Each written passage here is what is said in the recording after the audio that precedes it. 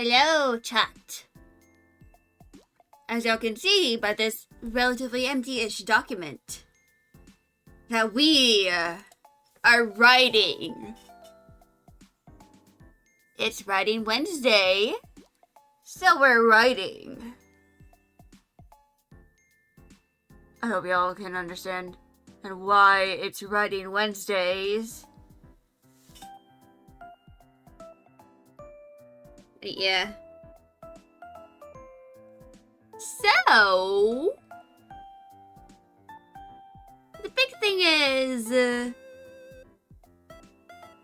I forgot to do some world building that I needed to do for the story. I just straight up forgot. I had to do some of this, I had to determine some of the terms of the story because I still haven't fully set the name of where Patchouli he is from. I haven't even done that. So, I have a peepaw cat with me. A very old man. One of the eldest of men, even. And I'm going to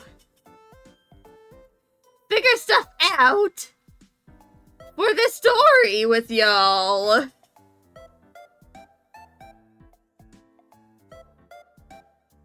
Which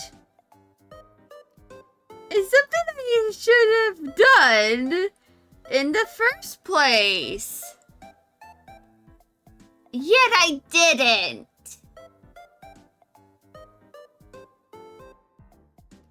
I just forgot to do it. But anyway,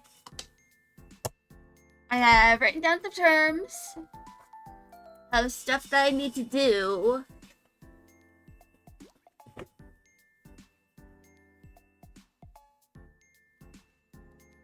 And there are currently 4 things I need to do. And that is... I have to name certain places. I have to name some of the Pantheon. Which is basically just naming and defining some of the characters who are in the realm of deities. Holy shit, there's gonna be an inch of rain on Friday. Well, dang. But anyway...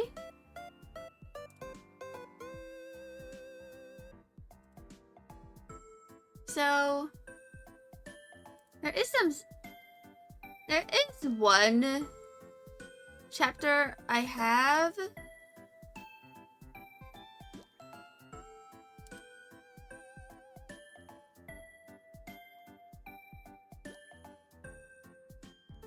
And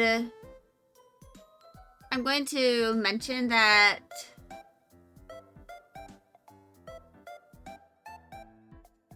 so I think I'm going to grab one of my countless amount of index cards. And I'm going to write down some of the terms I have here. And then I'll implement them into the document.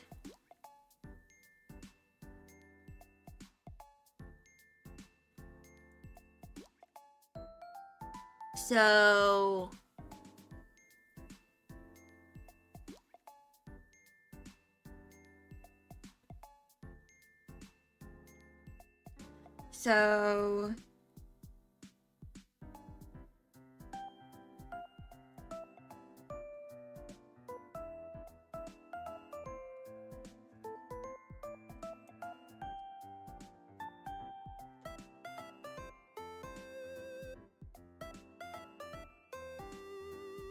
But, yeah.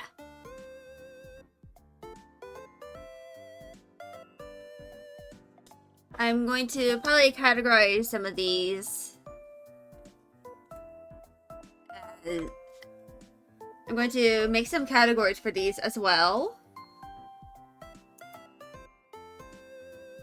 Let me just section that off. Why did I move my stream deck to where my keyboard is? I meant to pull my keyboard forward. But anyway, I also have a people man. Y'all don't see him because I don't have the cat cam set up. But he is here. Rest assured. He's just being a peepaw. So...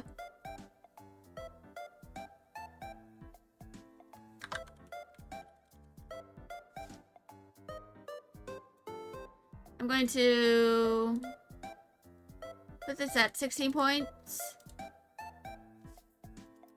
And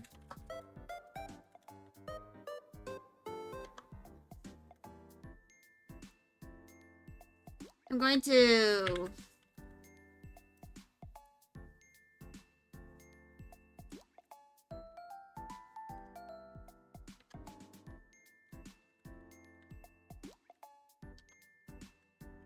I'm not sure what Nuna is going to be, but Rodina and Nuna are like names of previous, like, the continents, or like what the world was like before Pangea.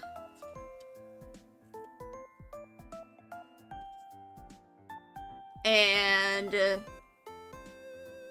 I'm going to make another category.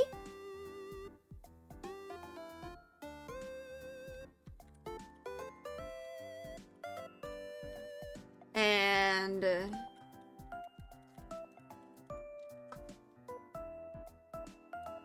this is going to be 16 points.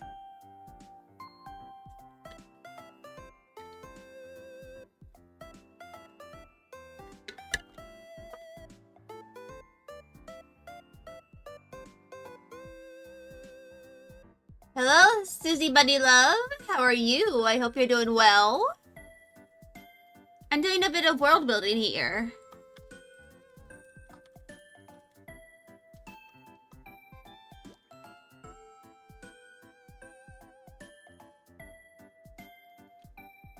Cool indeed. And I'm doing this now because I'm like halfway through the second arc of the story. Like I've read 6 chapters of it. Like 6 or 7 chapters. And I forgot to do this. I forgot to do the most important part, which is actually defining some of the stuff.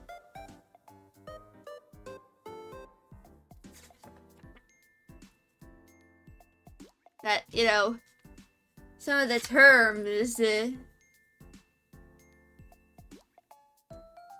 You're so gonna read it when it's out. Yeah. I'm glad that you're that enthusiastic, but some of the chapters are already out. And they are on Tumblr.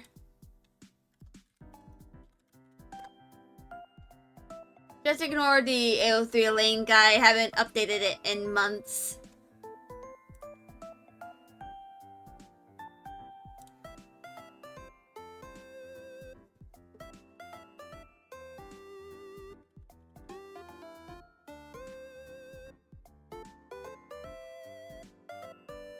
And 16 points. And 16 points.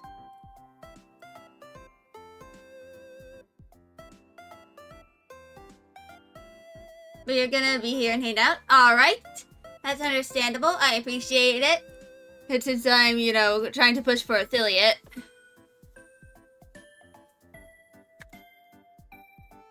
So...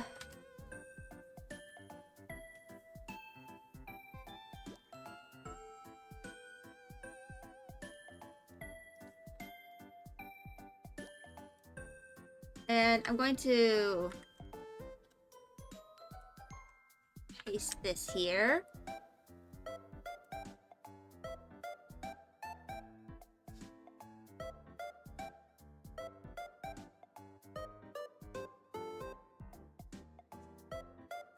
I'm going to...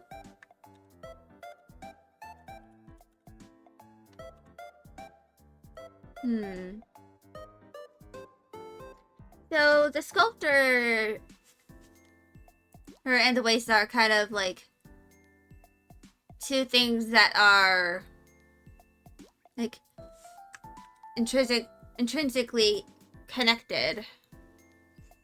The waist is what the planet where Patchouli's revenge takes place in like originally looked like. I have such a good voice, like seriously, it sounds like I could do an audiobook with my own voice. Ironically enough, I don't know if I'd be able to. But that's partially because, you know, talking for a while makes my throat hurt. But also, thank you for the follow, Susie. But yeah.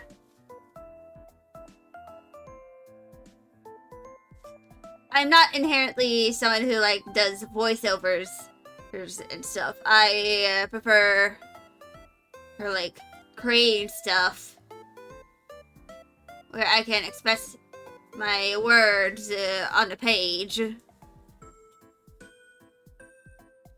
But to be entirely fair, I do kind of consider myself to be a bit of a gremlin.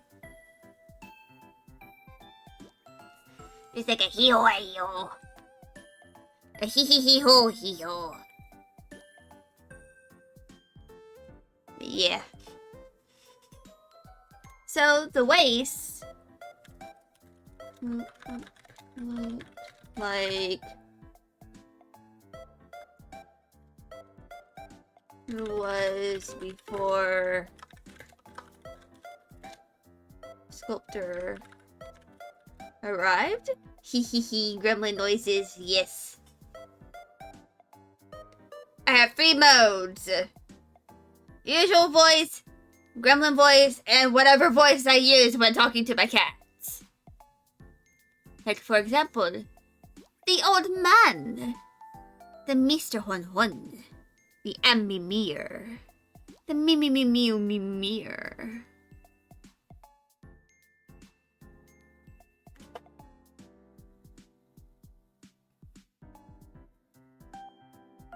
Yeah. Just imagine the waste as, like, a place that is just dirt and rocks. Without a lot of, like, biomatter. And that, the biomatter comes with the sculptor. Just assume that the way says being like kind of the blank slate which the sculptor created the world with her hands.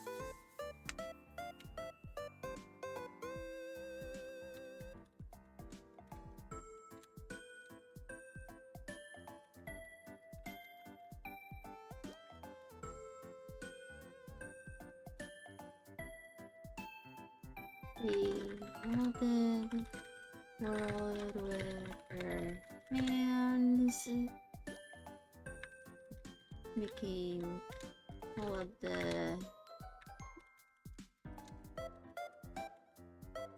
making all of the mountains and valleys.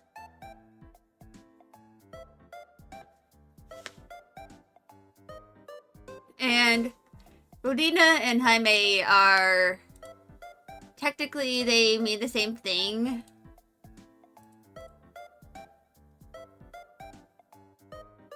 But I think Rodina is probably, like, the collective name for the Sky Archipelago, where the protagonist is from.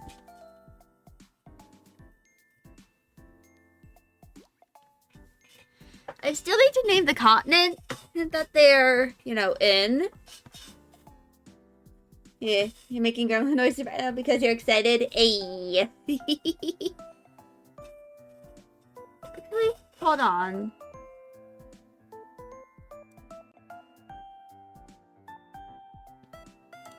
Do I have my, I do.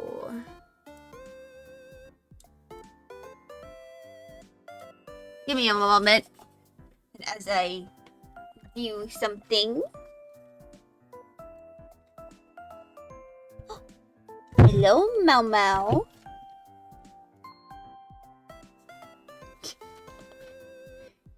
He's just looking up at what I'm doing right now.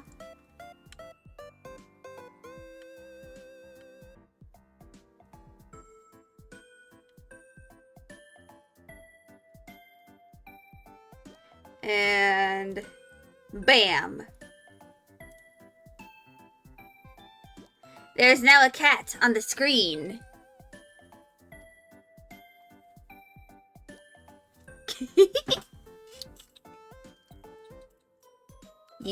He's very handsome. He is like 16 years old.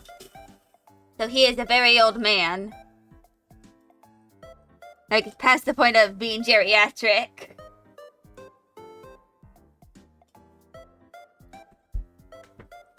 Would you like to say hi to chat?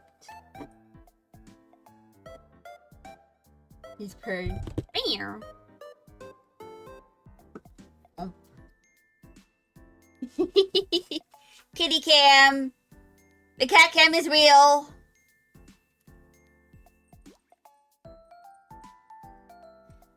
He really likes getting scoochies on his chin. And he loves his shoulder rubs. The cat's so cute. He's a very handsome man. And he's pretty much been with me since I was in like kindergarten. And as I'm currently in college, he's been around for a while.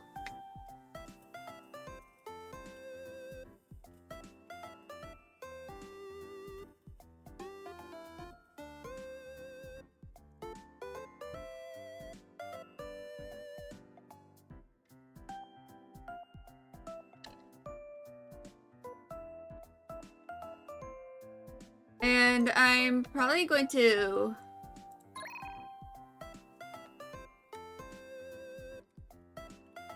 You want to pet him? I can pet him for you.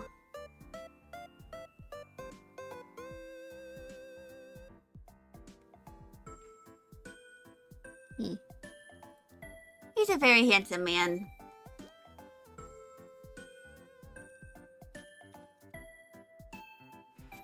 Toponymy.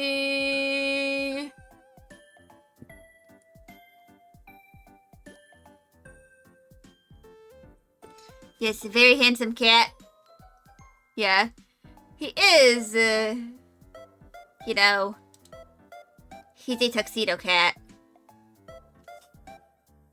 Hold on.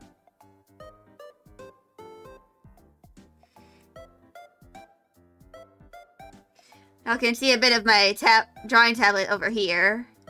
Which, hello? Oh, hey! He's gripping! He's shitty man!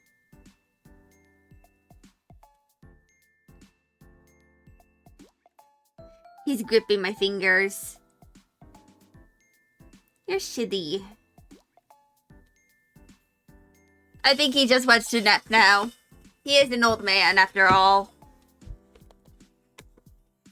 He wants more attention? Yeah. He does the grips. Can I pet you?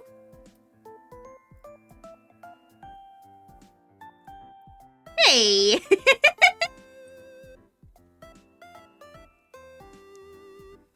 Okay, I'm gonna leave you alone now, people man.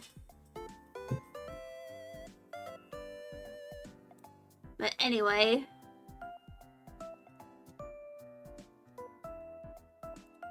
Viking.no.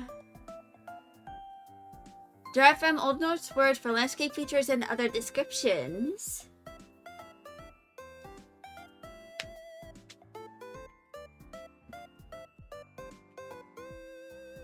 So...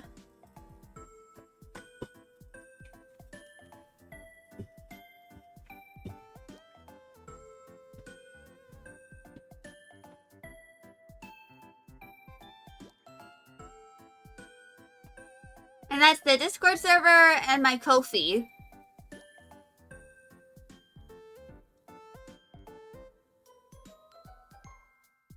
So... There are... a bunch of... different... words here.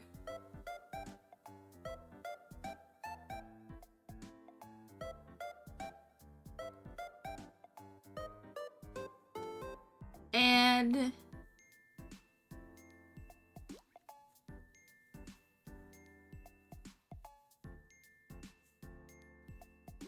there is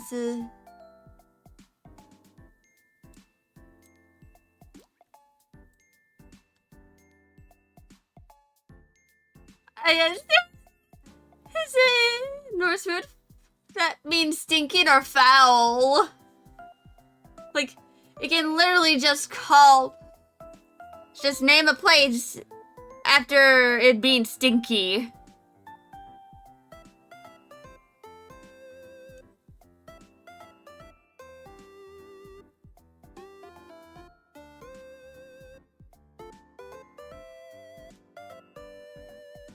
And Ness apparently means cape or headland. And sand, of course, means sand.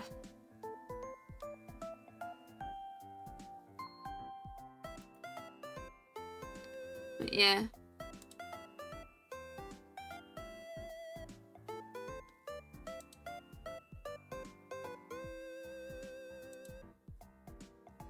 Of course.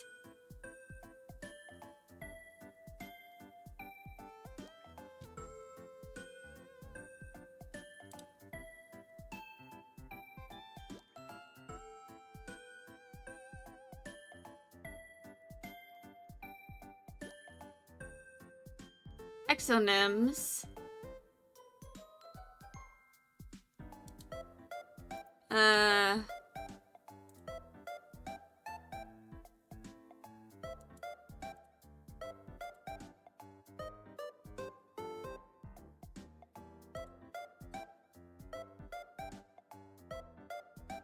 You can join the Discord. You think it expired or something?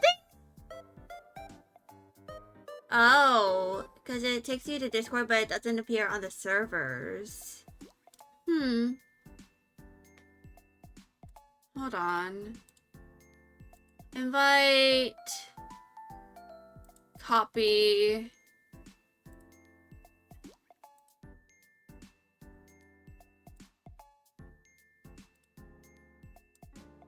Yeah. See if this one works.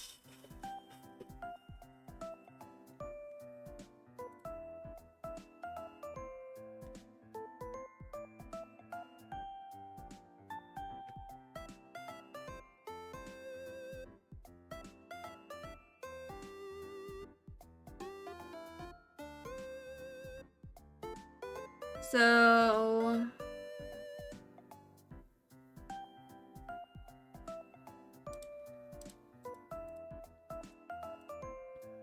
You think it's something on your device? Yeah, very likely. Sometimes it can be 2 seconds. Yeah.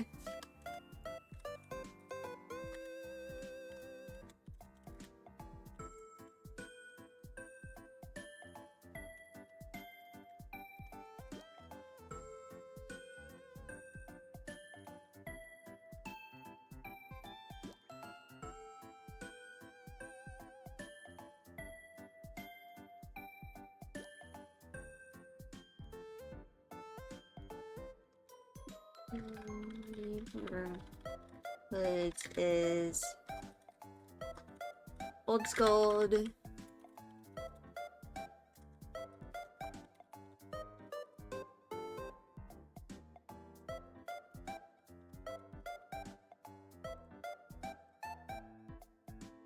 So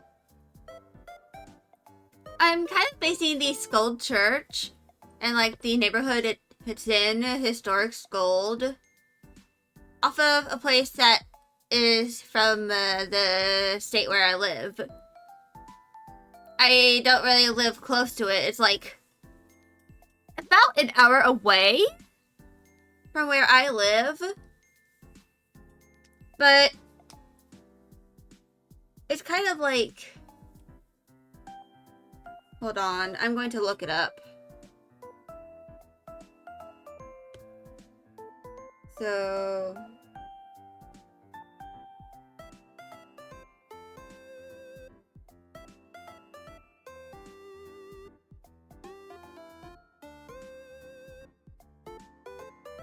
So it's kind of like...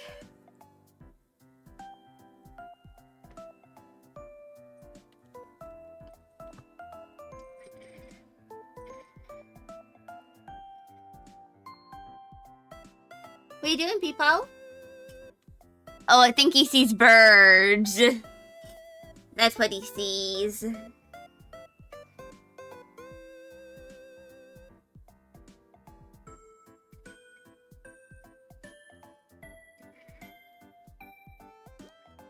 But essentially, I've only been there like once, and I think it was for a Girl Scout thing, but it's like it's meant to look like what the like places looked like centuries ago, like back during the colonial era.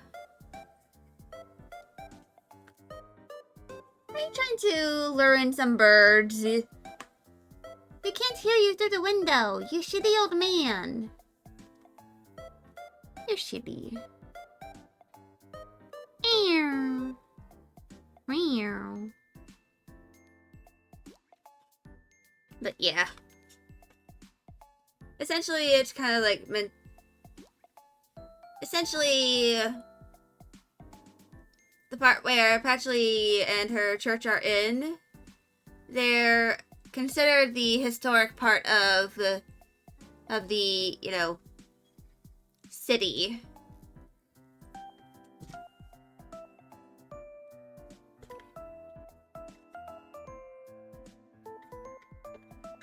And the Scold Church is essentially where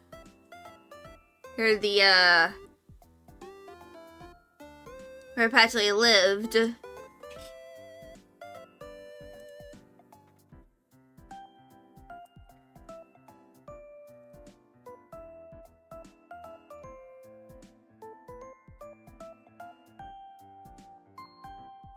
So...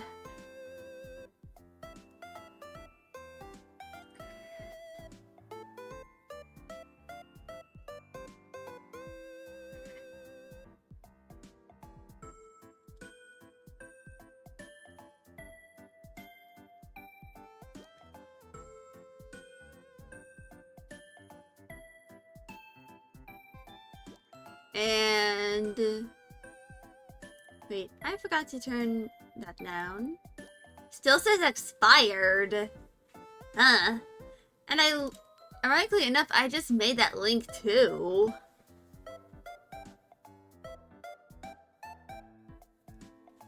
Try doing it manually? Oof.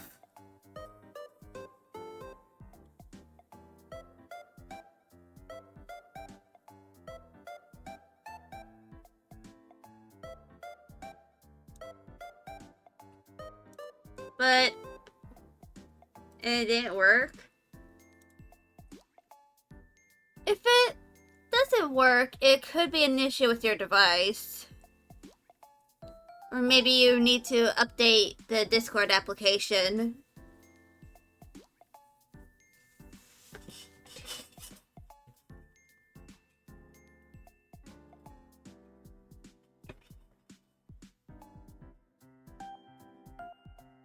Maybe. Yeah, very likely. Are you looking at the birdies? Me. There are birds in my backyard right now. I think they're trying to look for worms. Meow. What are you doing, people? Hello. My man. Oh, ho, ho.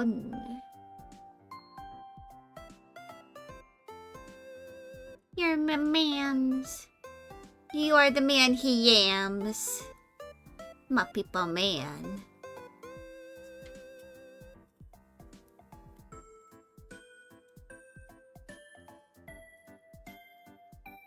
And I'm going to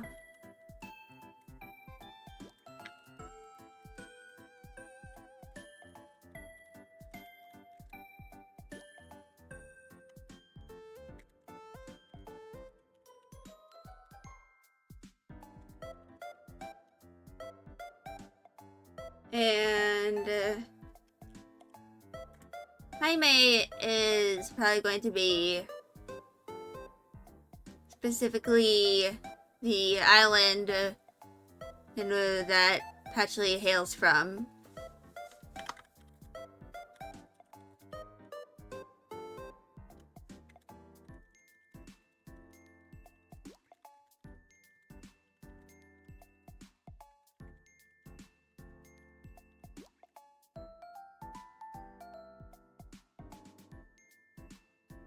I might go with some, like, Germanic names too, because Scandinavian language is, like, similar enough to German that I feel like I could, you know, do that.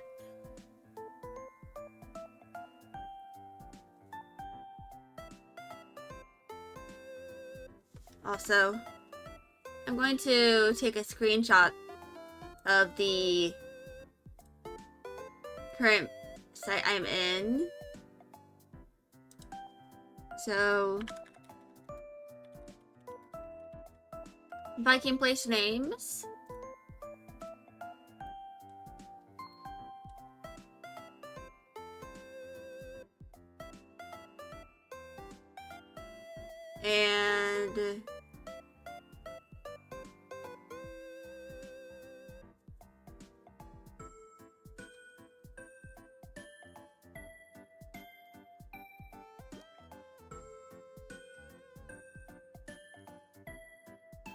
And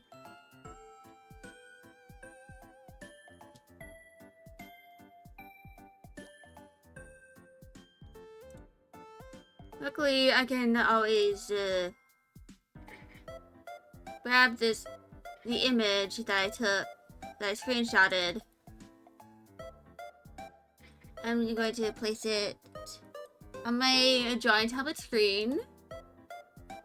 I'll cover it up with my Streamlabs before I, you know,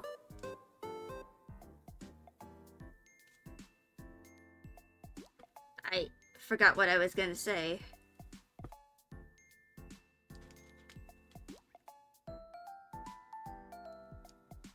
But, yeah. I probably need to figure out some of the toponymy of this. Oh. He's chirping at birds again.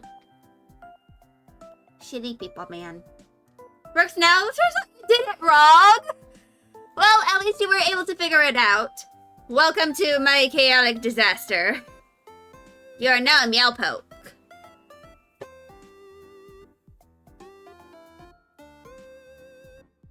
Ironically enough, Meowpoke comes from Cowpoke, which is like a term used by like cowboys and stuff. But as far as I know, none of my ancestors were cowboys. But at least on my dad's side, I do have a history of having family on dairy farms. As recent as my, like, great-grandparents. Like, my... Actually, kind of as recent as my dad. Because for his for some of his childhood, he lived near a dairy farm where he would, like, where, like, one of his neighbors had, like, this log, and they'd, like, bring a jug and fill up the jug with fresh cow milk, which wasn't even pasteurized, by the way. It was raw milk. So my dad and my aunt have both drank raw cow's milk during their childhood. At least before my grandparents divorced. And my grandma would just constantly move with my my dad, and my aunt.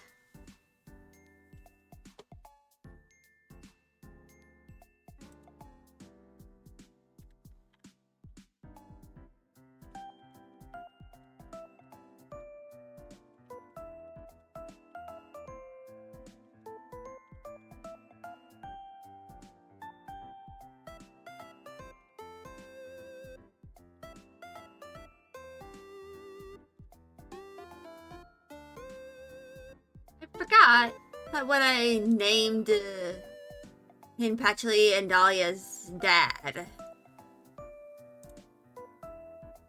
Wait, no, that's the RPG Maker file. Documents. Patchouli's Revenge light novel version. Character mapping.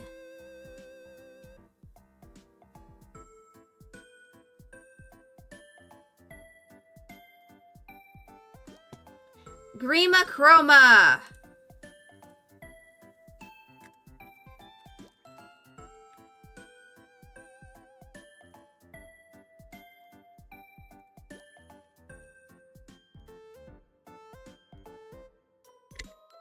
I'm also going to add a section here called clans.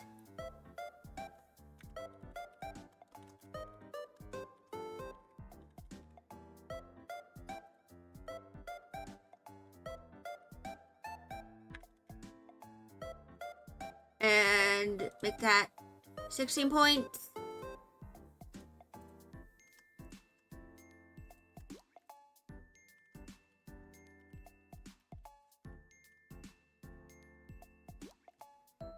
And I like to mention that Pato is a reference to Roman history, by the way. Which is like one of the exceptions in my usual naming principles for all of the characters in the story.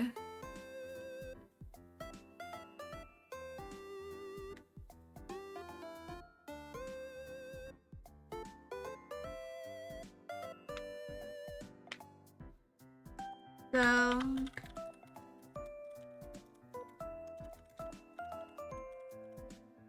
you like my stream? I'm glad you think so. I'm glad you enjoy my stream. I mean, at least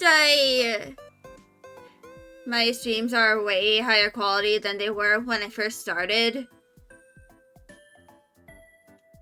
Because for those who were here in the beginning, which I don't know how many of them are here now, but my YouTube has some of my VODs. That's from back when I started, back in June of 2022. It's nearly been 3 years. And some of y'all who were there probably remember that my mic was just bad. I had just the worst mic, and I had my volume set to just be so quiet. And I just wish I knew how to do it it better.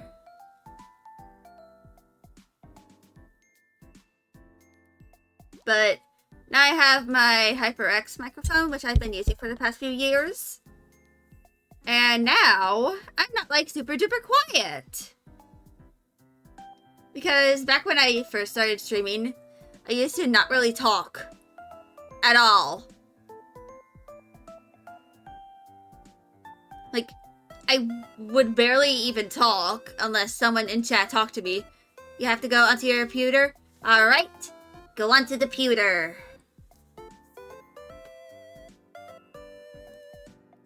And be right back. Awa.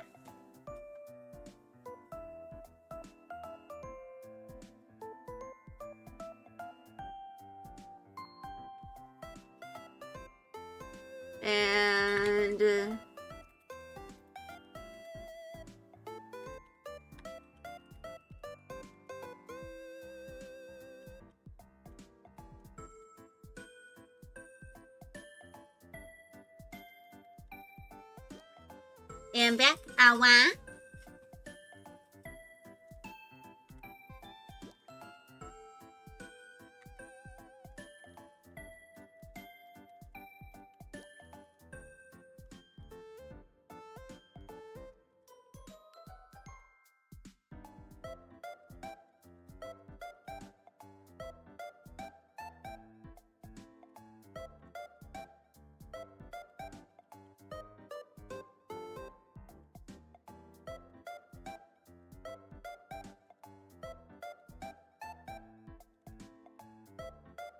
And I like to mention that Narcissa Cato is canonically the protagonist's mother. She's not really a good mother.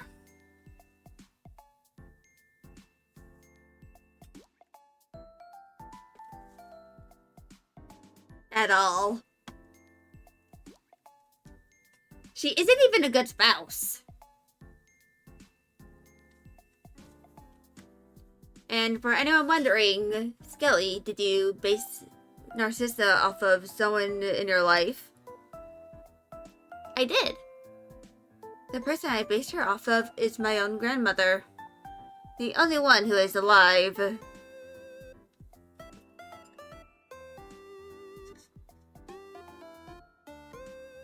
Let's just say she's never been that good of a person.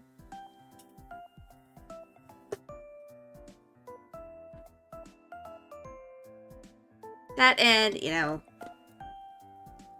I can only really describe her part of my family as being vaguely cult-like.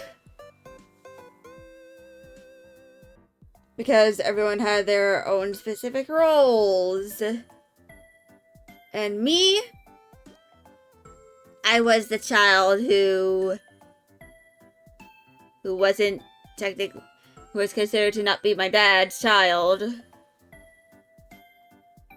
Which, ironically enough, I behave a lot like my dad.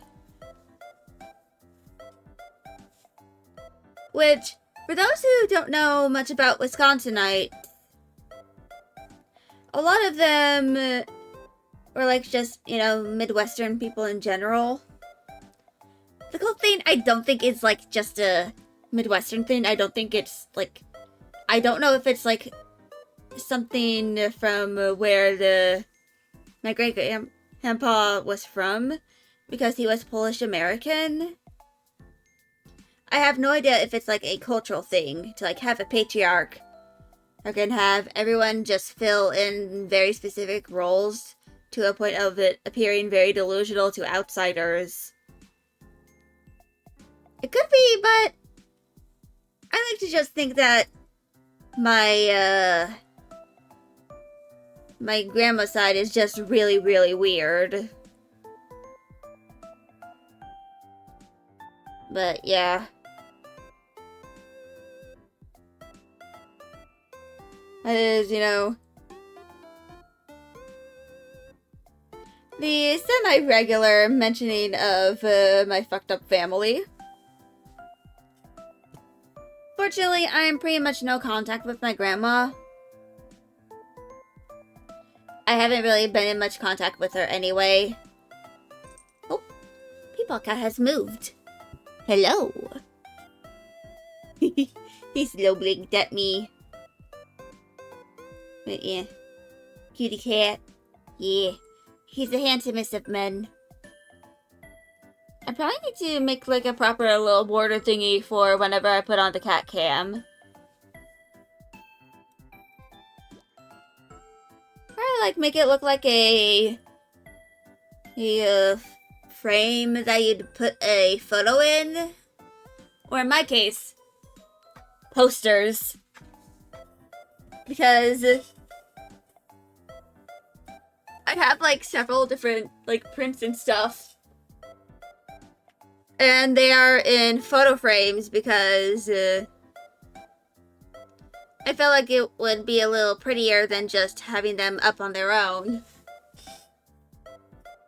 And the one on my wall I got from a convention last year. I really need to clean this one. But this is one I got off of Etsy. I really like the style of it. It's kind of just hanging on my PC right now. But I know I eventually need to get more shelving and stuff. Especially some to kind of like put on the wall where my PC is. I kind of need to get more shelving. I've actually kind of made a concept for some shelving, which if I get out Clip Studio Paint, which I'd like to mention that I haven't even upgraded to 4.0 yet. I have kind of forgotten about doing that.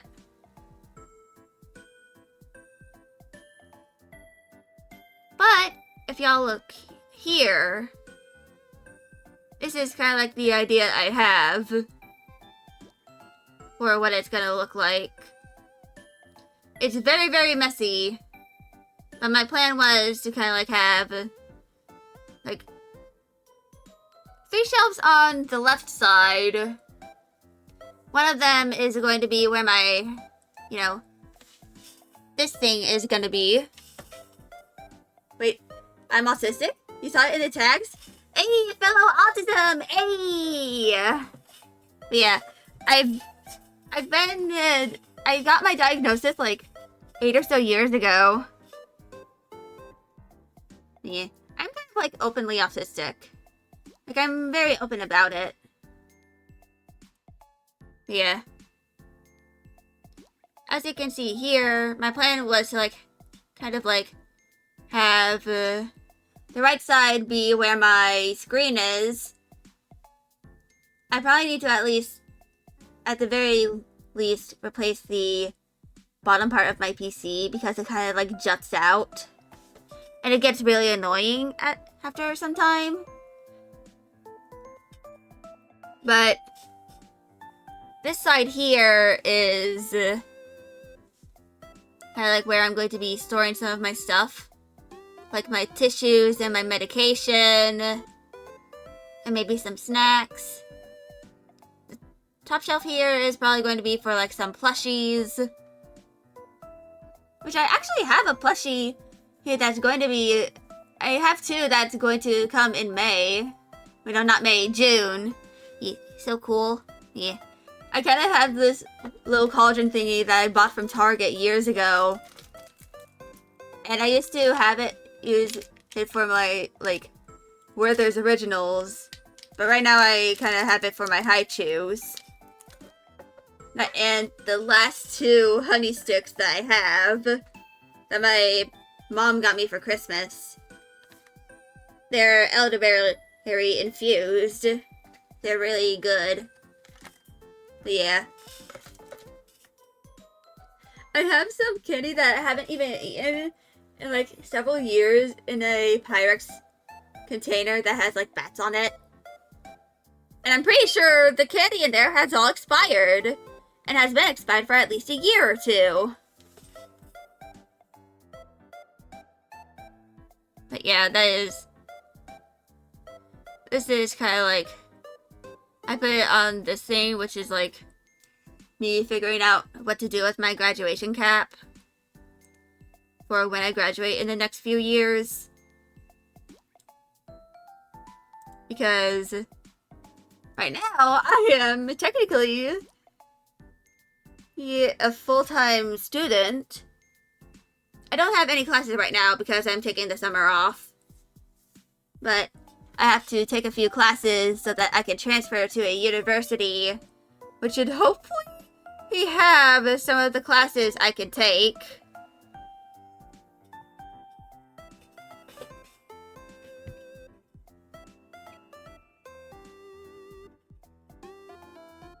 But yeah. I also kind of need to do some other stuff.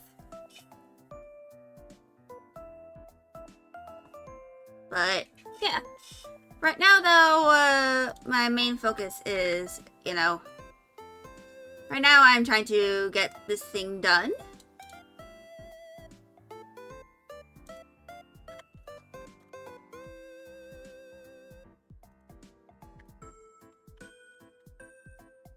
You love my VTuber model? Well, thank you. This is actually my 2.0. My first model was like a little bit scuffed. And originally, she didn't even have her tail up. The tail up thing is kind of like a new thing. And she looked very plain. I think I have a screenshot of what she looks like.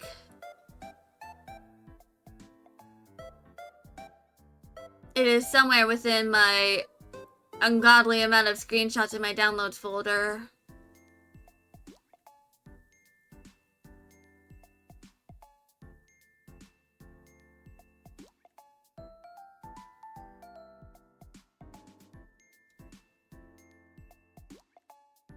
Oh, there we go.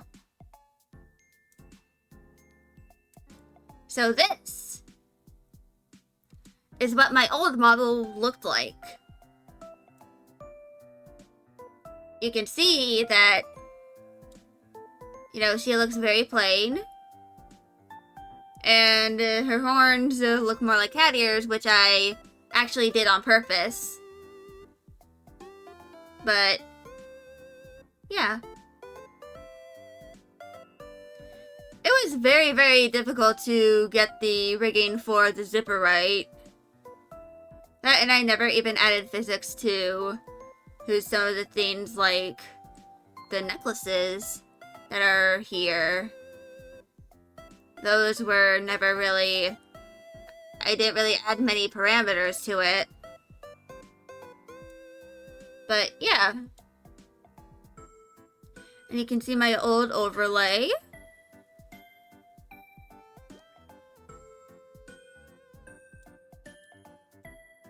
But, yeah. Yeah. I have no other words than amazing. Yeah.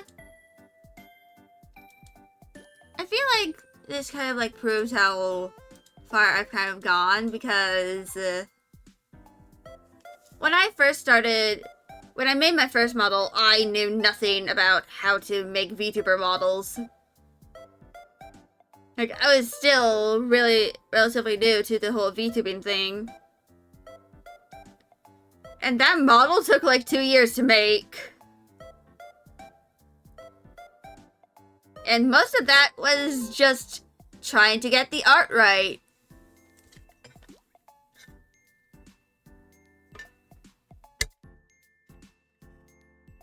Yeah.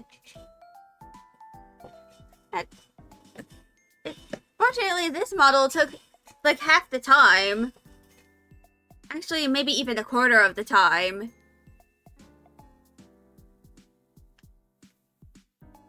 Because I think I started making this sometime last year. Like, when it comes to the model, I started making it sometime in 2024. Like, during the latter half, I believe. And I made improvements to the model. But, yeah. It's been a while since I, did that. And the main thing is that I plan on having this model be, like, have multiple outfits eventually. That, and, eventually add, like, new accessories and outfits to it. I'll probably, like, start by just adding a few accessories, like earrings and stuff. Like piercings. And maybe, like, eventually some, like necklaces and, like, maybe some arm accessories. But I'm probably not going to make a new outfit for this, because I have to figure out how I set up outfits and stuff in, for VTubing. That isn't just like a whole nother model. But I feel like I know that, yeah, you only know how to write so you can't make it a 2D VTuber. Well, that's because you don't really need to make a 2D VTuber. My first model was something I made in Vroid, which is a free, it's a free software on Steam, and you can use that to, like, make a 3D model. And I remember at first I used this, like, free software. Like, I think it was the V-Magic Mirror or something. Because I originally didn't have a webcam. Because this was the summer before I had to, start college. So I did eventually get a camera. Like a webcam. But I remember when I first used a webcam, I borrowed one from my mom. But, yeah.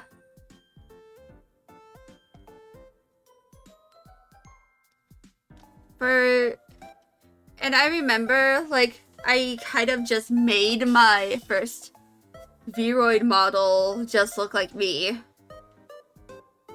Like, brown wavy hair, brown eyes, and I just looked very plain.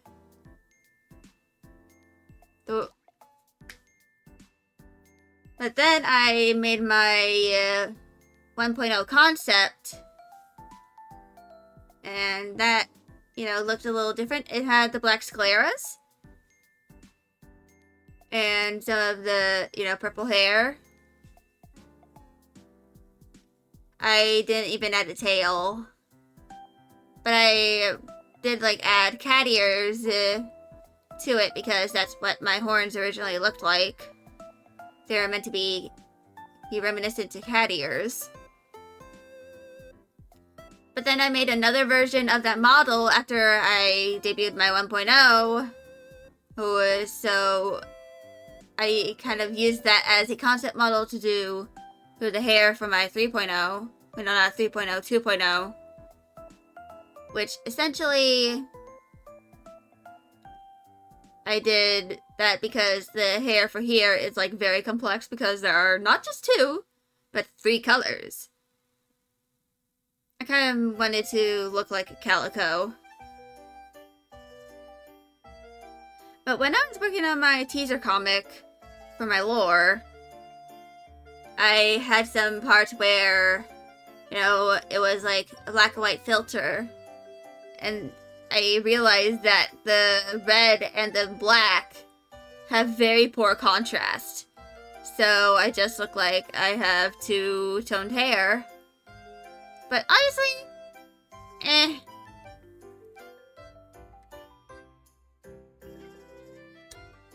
It's kind of just meant to me.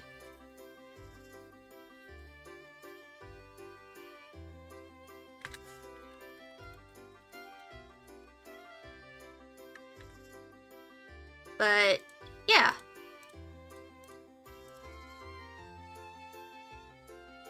So...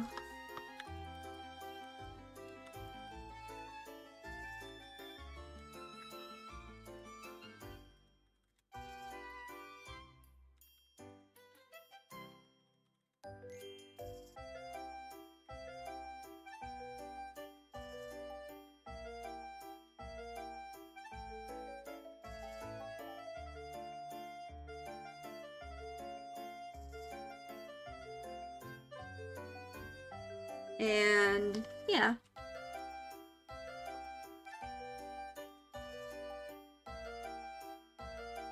So, I would add a small detail here, like for the sculptor, but that is intense spoiler territory for parts of the story that I haven't even written yet. But it's what I have in my head. And it involves the director of the agency. So...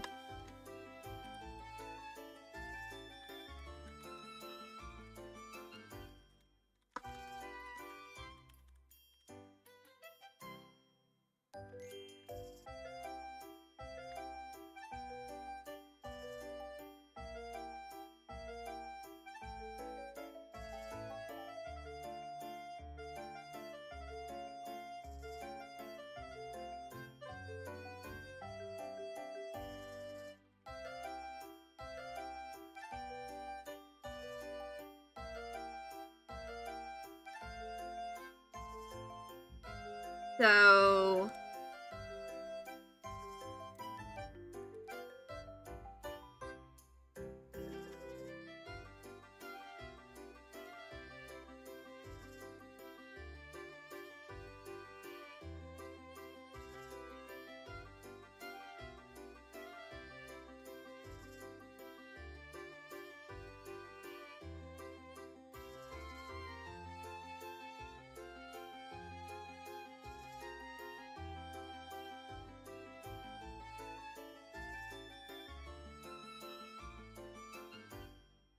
And, I think I'm going to...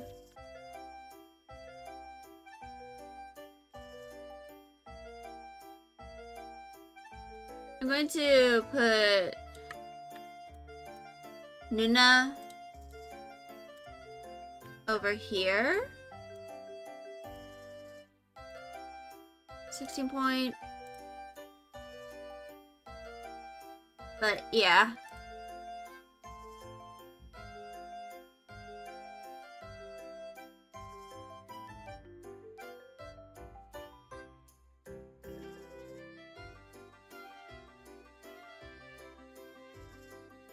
I don't fully remember what.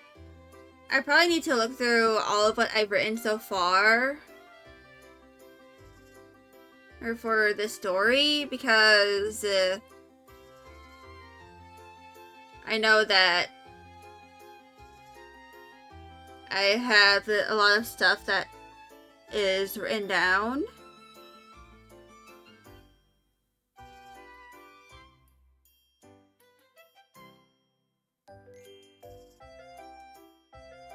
And I have a good chunk of it on my notes app on my phone.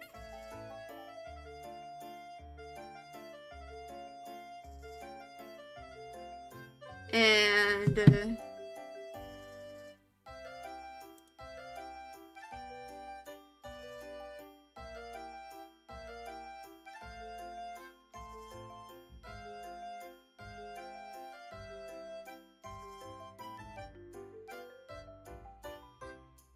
So...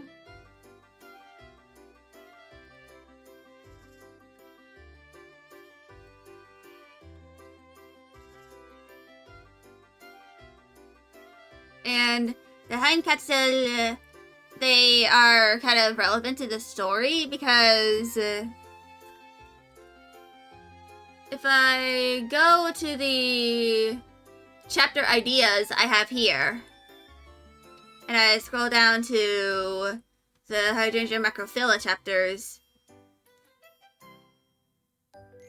the very first chapter is called A Litter of Kittens. And it's basically like a side plot where the LPIA and Hydrangea kind of like have to take care of kittens and a mama cat.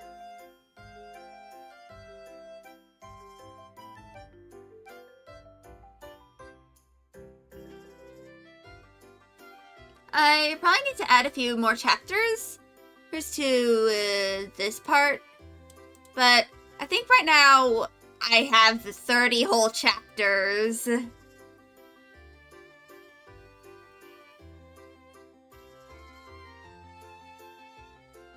That, and I probably need to have some proper names for certain things. And of course, Cryptid of the School Church is a chapter that I scrapped because, one, it was very short, and two, I wasn't fully sure how to like really make it flow with the rest of the story. So I scrapped it. It was meant to go between the prologue and to prevent a ruined wedding.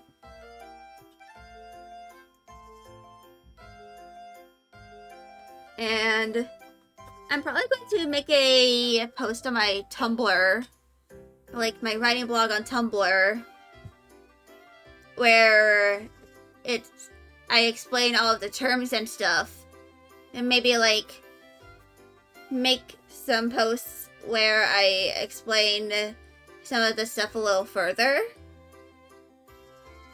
like kind of a master list within a master list, which is like kind of like some knowledge that if you are curious about certain things in the story, you can kind of learn more about those parts of the story.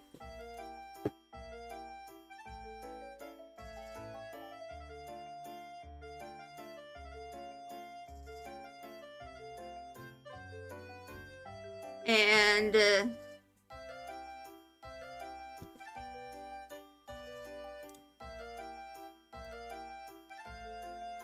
some of the concepts, one of the concepts here is the Festival of Lost Lights, which you probably saw in Osmi's his arc, or you know.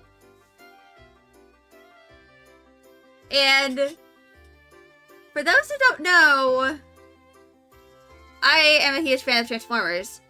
It's kind of become my special interest now. I've had that interest for like over a year now. It's been nearly 2 years since I kind of gained that special interest. This is a reference to Transformers. Specifically, it's a reference to kind of like a festival called Lost Light, which is also the name of the ship that is there in the comic series More Than Meets the Eye and Lost Light. And I kind of wanted to reference my special interest here. And fun fact, this story only predates my gaining of Transformers as a special interest by like a few months. At least I think so. I don't remember when I specifically gained this. Oh yeah, 2023. So,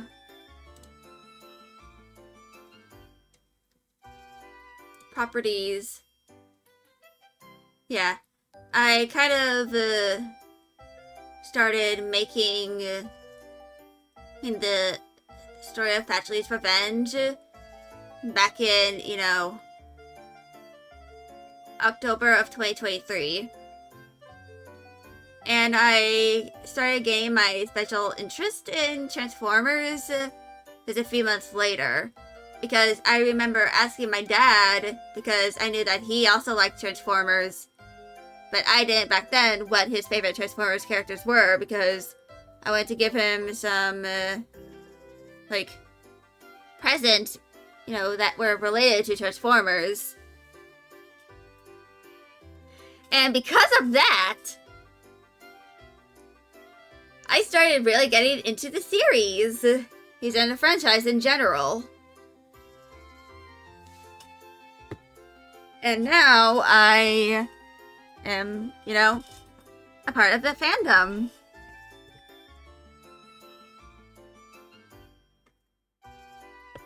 And I've met some people that I'm like, I've met most of my mutuals on Tumblr right now through this fandom.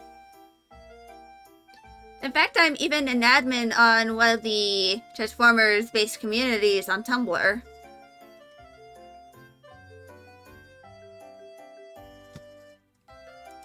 But anyway.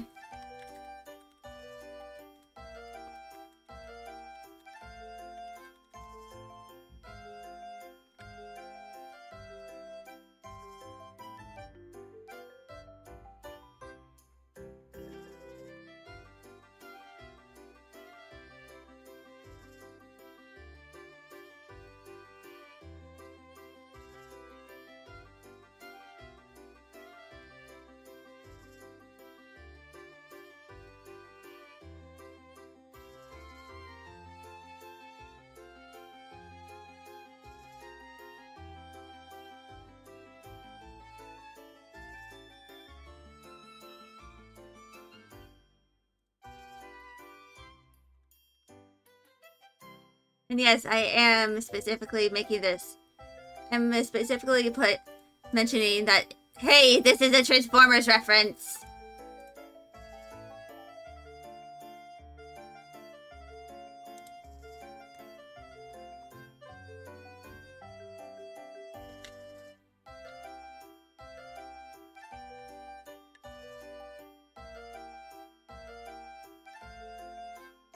And the reason why I have Kaiser as, you know, the current, as the concept for the leader of the floating island of Jaime, it's a reference to, it probably comes from Julius Caesar, or I believe. At least that's very likely where the name comes from. And that's because I learned about Julius Caesar in my history class this semester. And originally I thought that he was like kind of a shitty ruler because he was assassinated.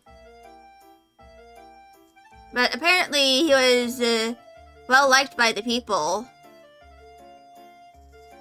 And one of the people who assassinated him, I think, or at least one of his opponents, were like people who, you know, did not approve of him, like, having policies made that favored the people and not the aristocrats, was Cato the Elder, I believe.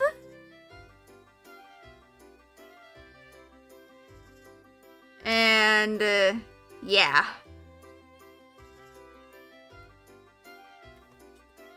Even if Julius Caesar was a war criminal, or at least would be considered one by today's standards, at the very least he was liked by the people and, you know, served the interests of the people.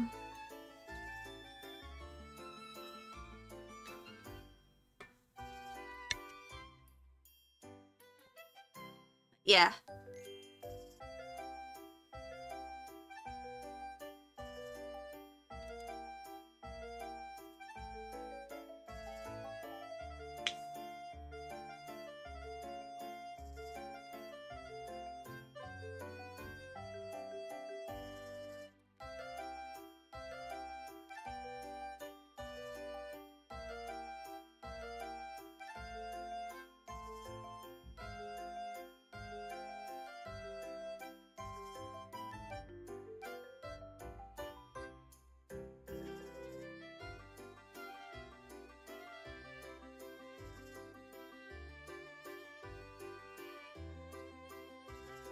And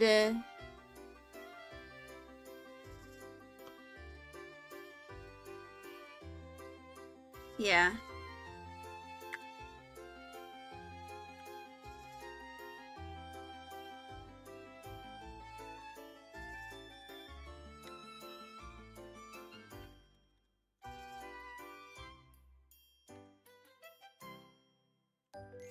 And the Cocteaus, by contrast, are the family which currently has a leader as Kaiser.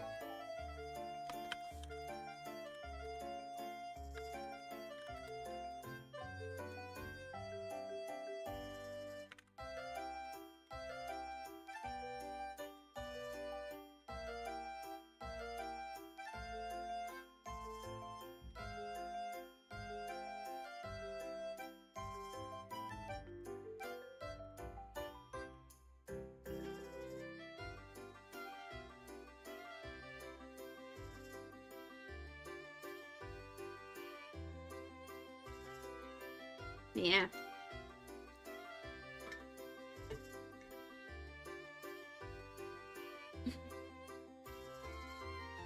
And the Shuijin are, of course, another reference to... Well, they're not really a reference to anything. The name just comes from the Chinese word for crystal. But I probably need to look up some Chinese toponymy so I can figure out what to name the specific floating island they live in.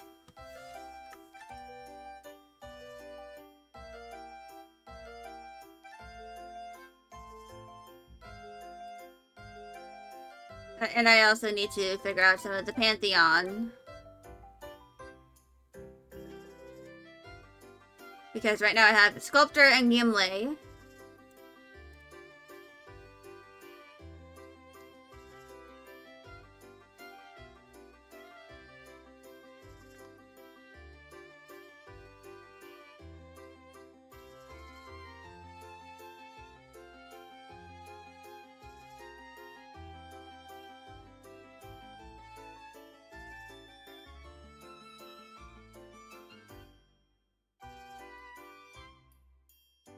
And essentially, the Skuldkirken is kind of a predecessor to the orphan slash foster care system that is in the place where Patchouli lives in modern day. Of course, the Skuldkirken slash Skuld Church occasionally takes in orphans, such as Patchouli. And they often, help educate orphans. And, kind of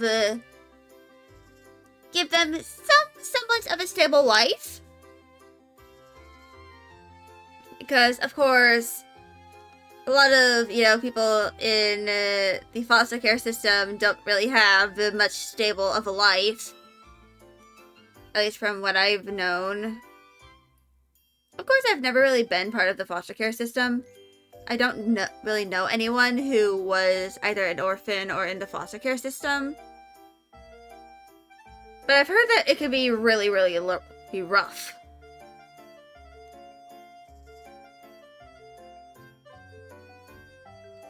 Like, so much so that it's just yikes.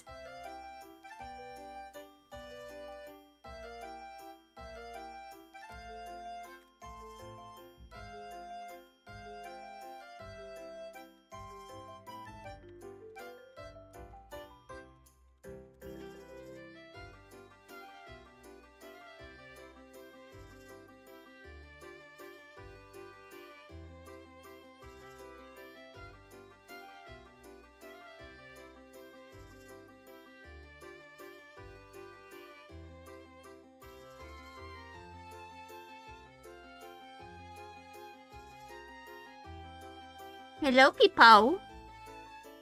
Not me, Mir. He's just a sleepy Peepo. But yeah. I'm probably gonna do an intermission in like half an hour. But for now, I'm going to try and figure out like what to name all of these things and stuff. Like figure out the terms.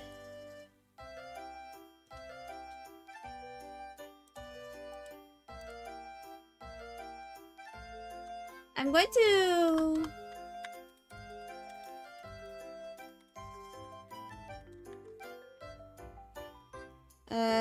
what did I name this thing again? Oh.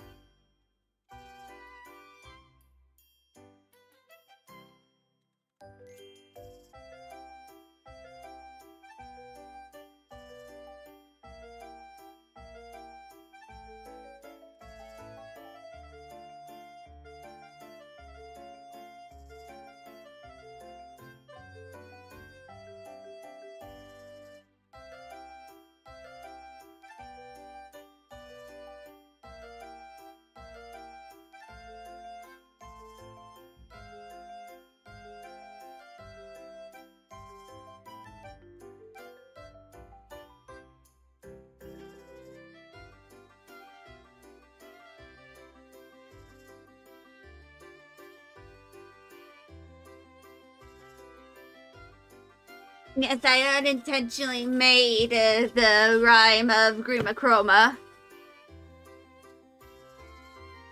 But it kind of works.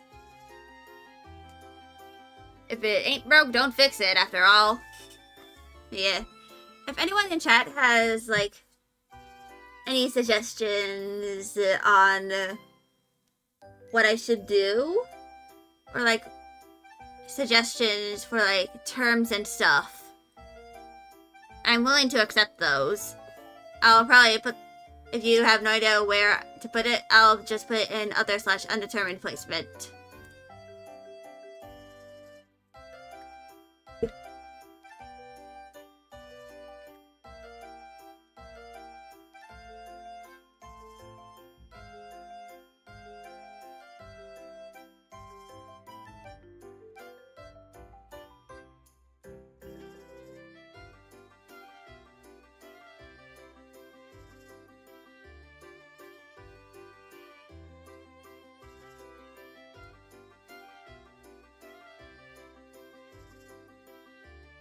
And, yeah.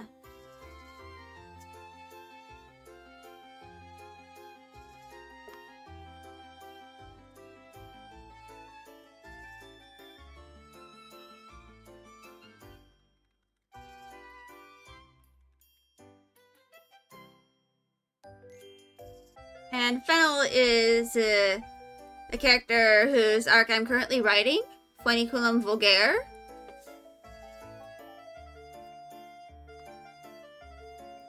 And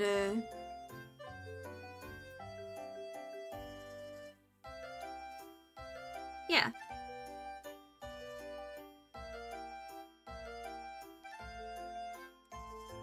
I might make some subsections here for like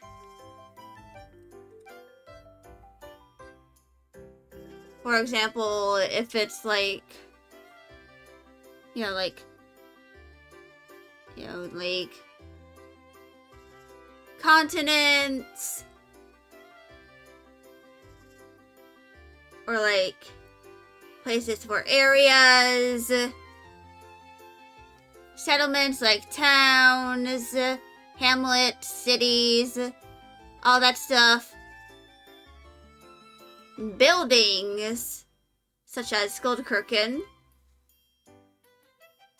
And probably like some other places.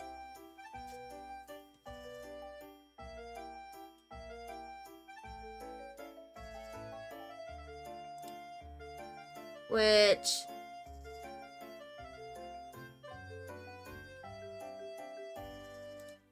I probably should I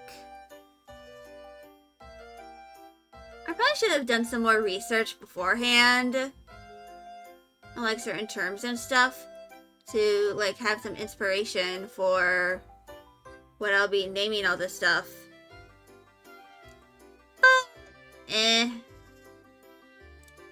Last night I was instead researching French armor for one of my fan characters. And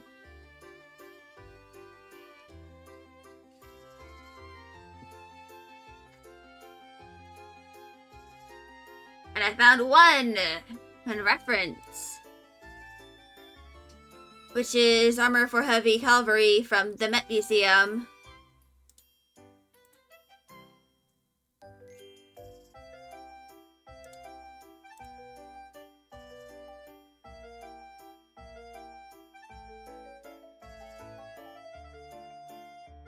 So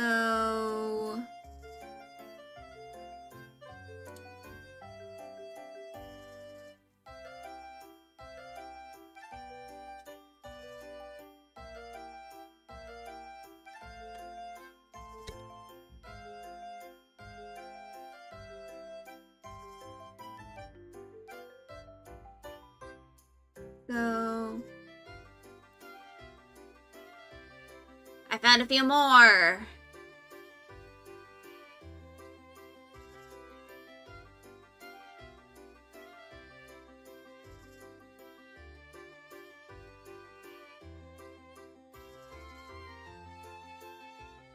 So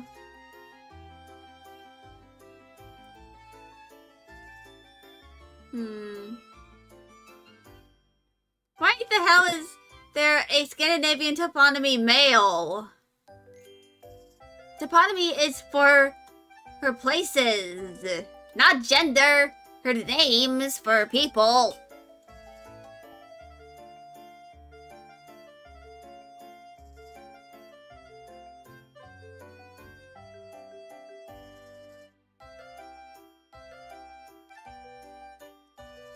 Anyway.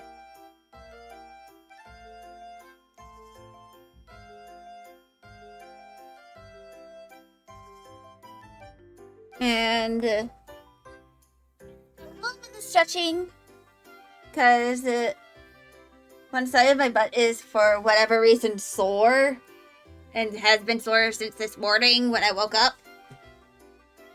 And I have no idea why, but I must persist.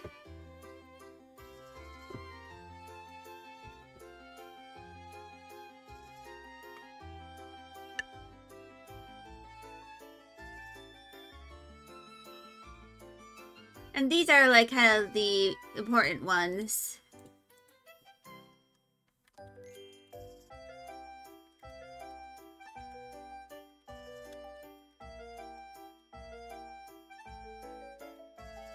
And the Pendragon is a reference to the mythos of the King Arthur.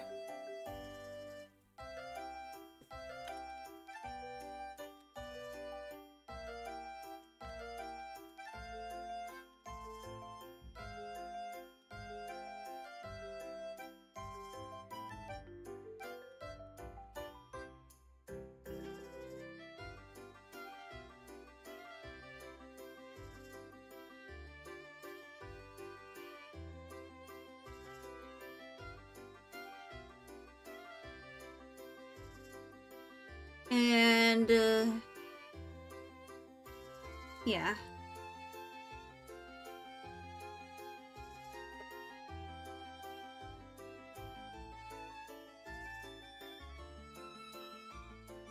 So we have, at least one original species here. We have a bunch of locations. 4 concepts. 1, 2, 3, 4, 5 clans.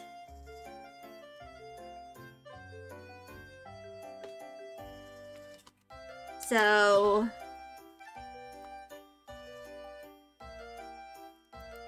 I'm probably going to expand this document eventually.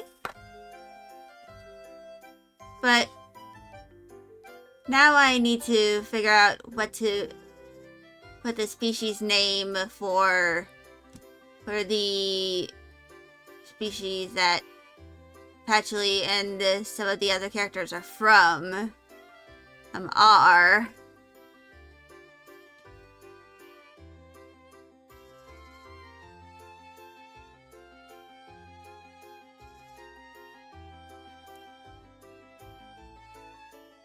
I probably want to go with something like Germanic or Scandinavian for the name.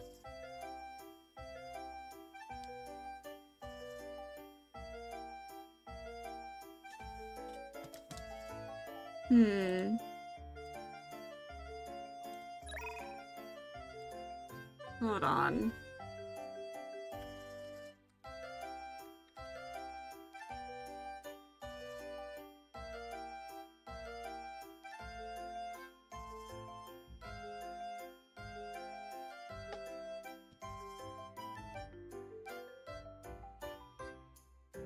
So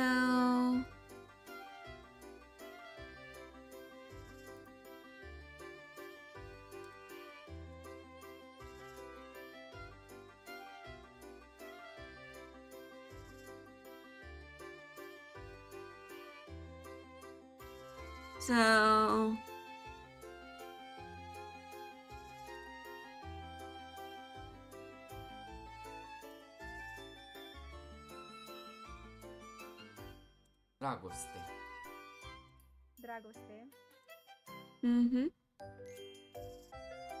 So what if I made a clan who's seen as the evil guy but is not just morally gray? I technically kind of have that. That's the Kato clan.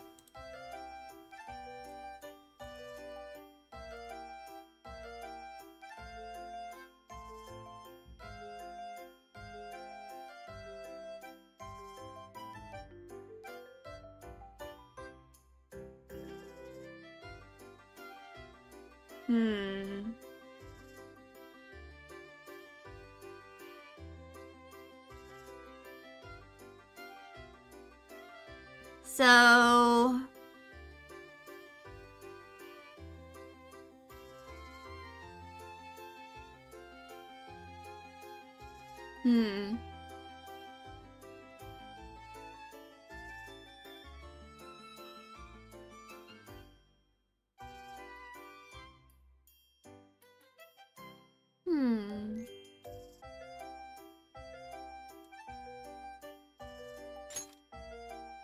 I think I have I don't remember if I have my I do have a German dictionary.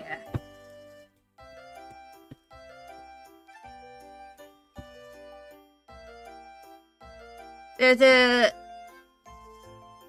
what if I made a clan that is seen as kind of good but it's not? I'm not fully sure. For me, it's kind of like for the clans, they're kind of like meant to be made someone from Denmark. Well, I like to mention that this story is not actually set in, who is not actually set in a place that exists on Earth. It's kind of meant to be a story. It's a story that is not specifically set in Europe specifically, but it is based heavily on European countries like Germany, Norway, Sweden, that and some American influences like the mall.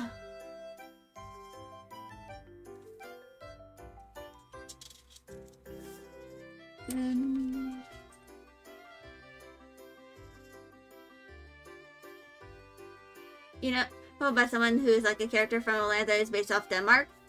I see. I could probably do that.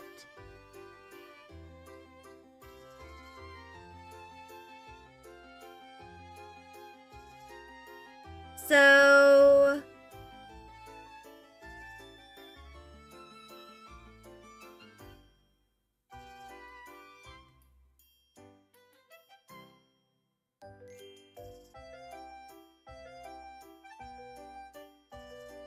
So...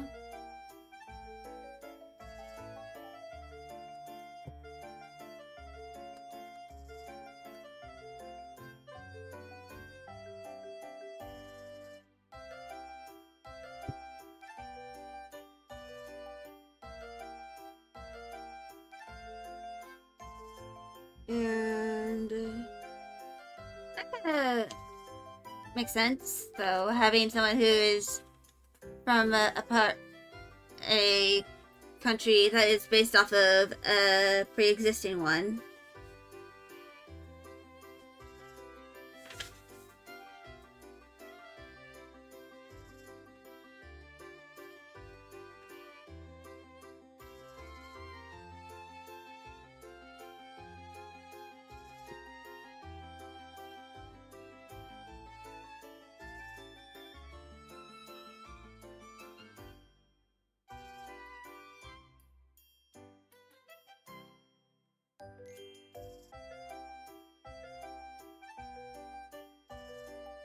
I think I'm going to have the name of them being Hoopvolk, like temporarily.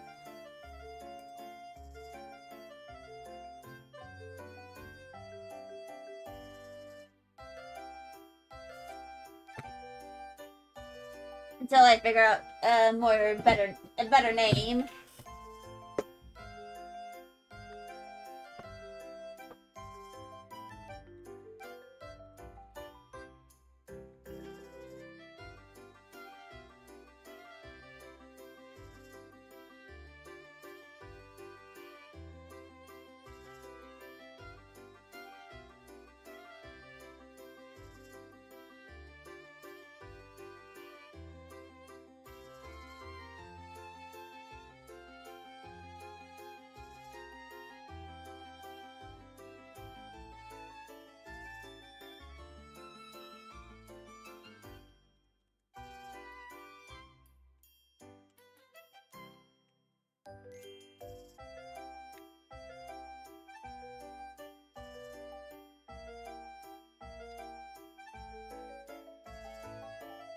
And Hoopvolk is just a temporary name.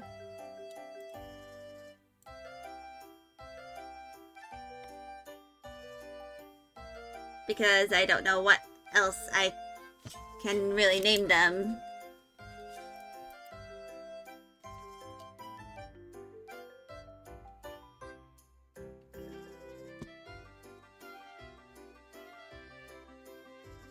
But yeah.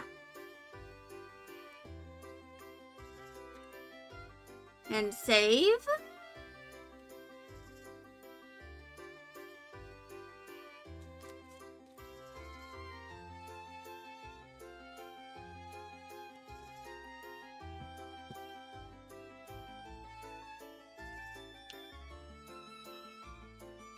And I probably need to like make some kind of concept for what the Rodinia archipelago looks like.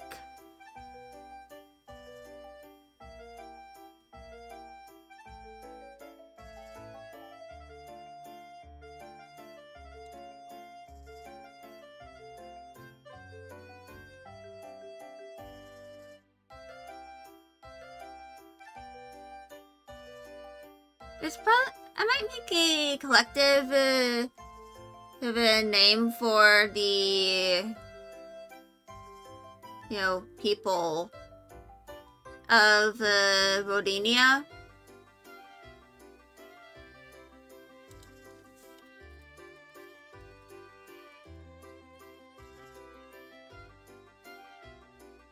Like, for example, for one of the island that kind of like is like kind of like crystallized a bit, where the crystal dragons are from.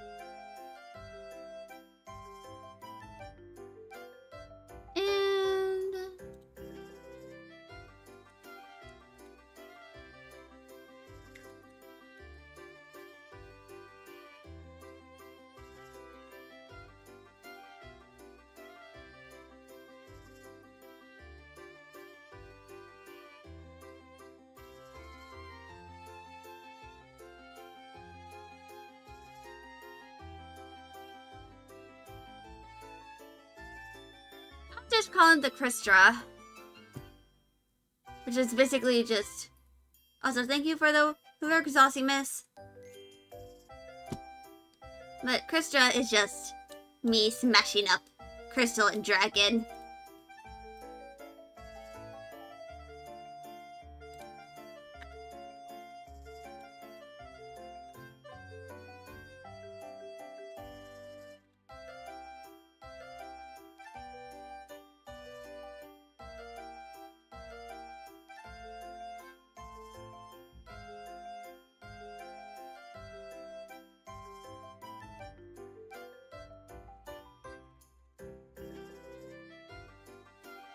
And, yeah.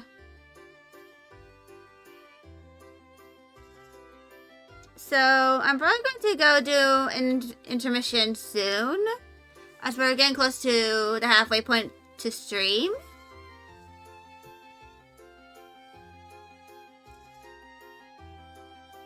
I don't know how much of it is just going to be yapping, or like me just looking up stuff that y'all can't see on screen.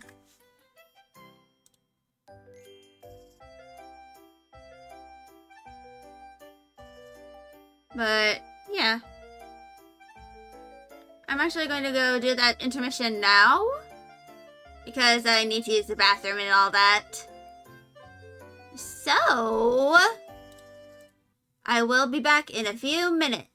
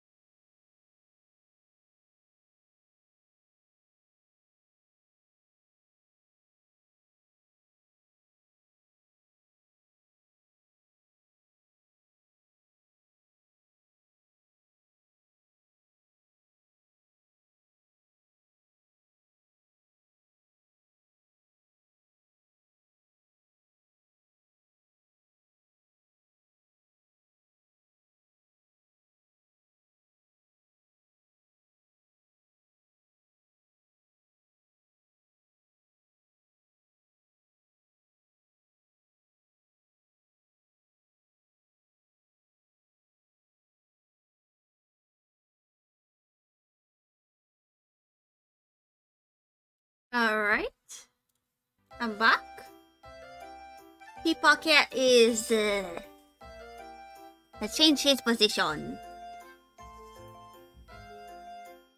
Or he is a Peepaw Man. And he has to change into the most comfortable position. Welcome back, I am indeed back.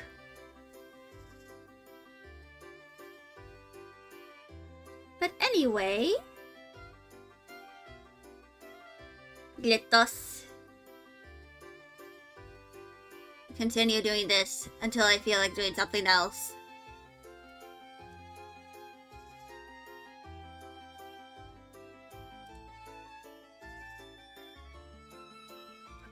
So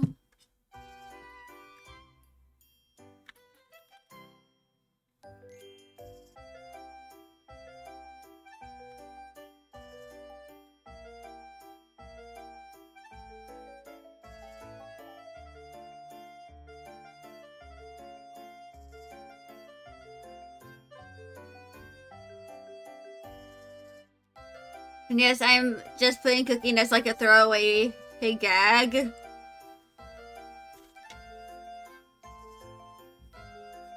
Like, she is a warlord who did some unspeakable things, but she's really good at cooking.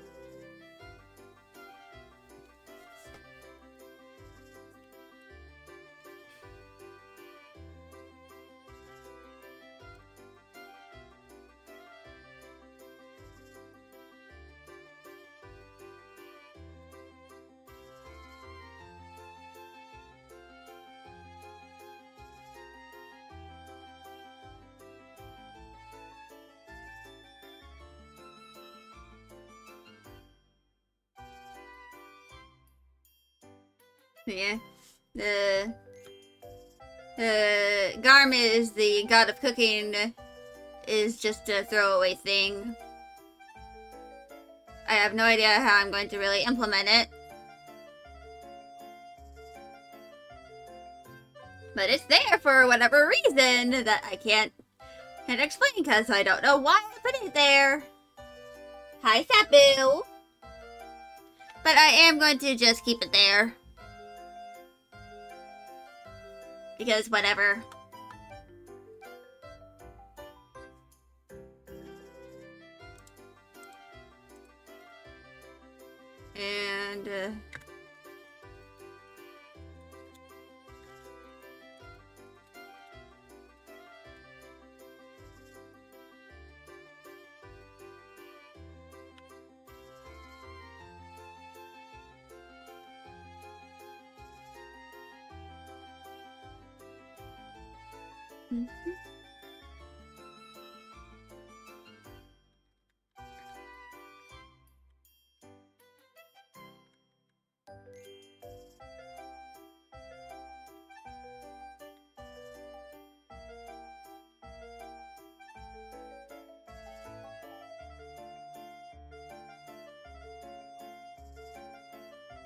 And the reason why the sculptor is a patron of the arts is because she is, you know, kind of, she, you know, she essentially molded the world with clay, like how you would with a sculpture. So it probably makes sense that she basically just created the world with her own hands in a way that you could consider to be like art. So she is kind of known as the patron deity of the arts. So yeah.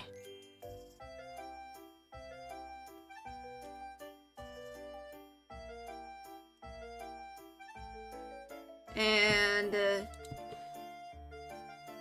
I'm gonna see if my cat wants out. The boy now. You wanna go?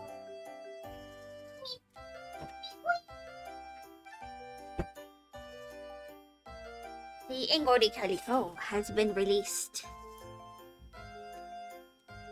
But yeah.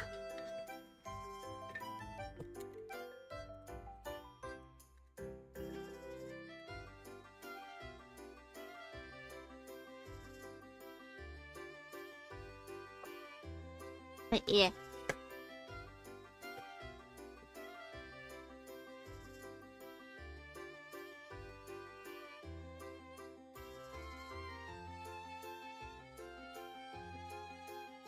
And,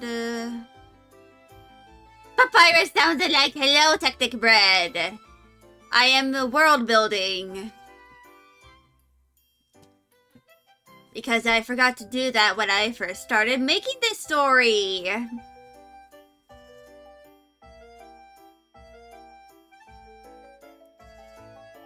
But anyway.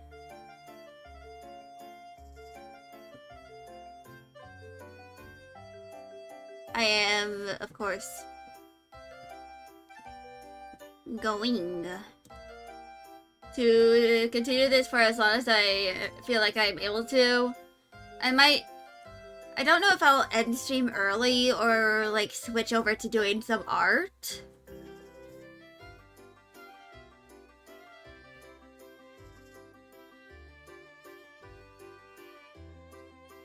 But yeah.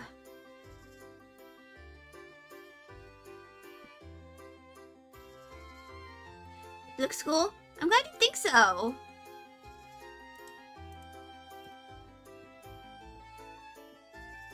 Sad that you need to lurk though. Understandable! I always appreciate the lurkers. We always do. The lurkers are what help us. You know, lurkers always help. Yeah, I might need to just want to give me a little help with the affiliate push. Thank you! Glad you're helping me with the affiliate push.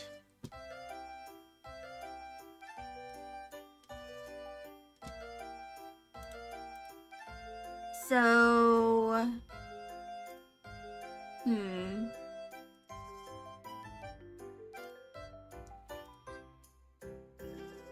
So...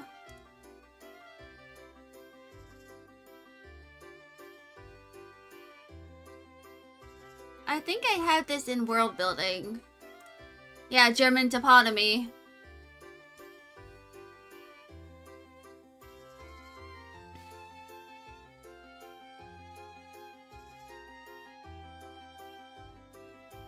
So...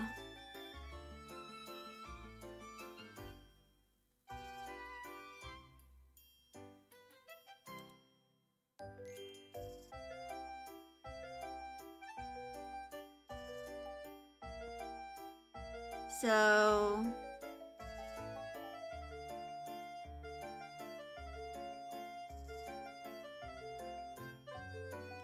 I'm looking at this and,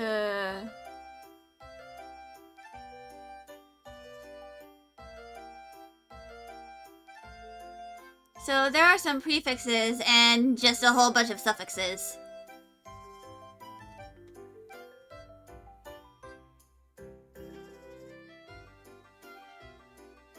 There's also...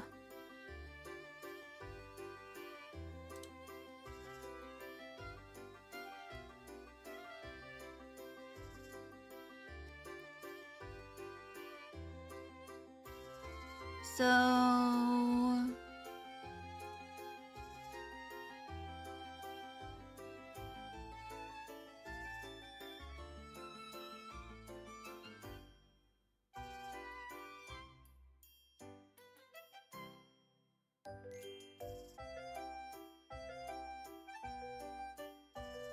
So...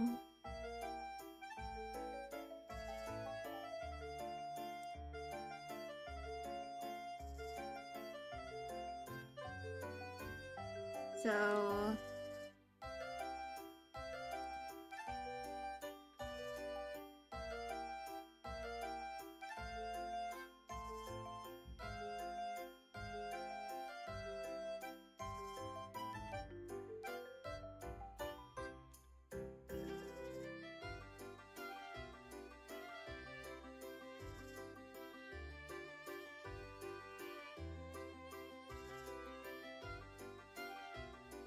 So Hawkbite,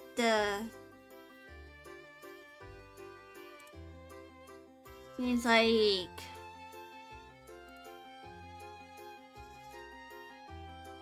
Upper Woodland Clearing.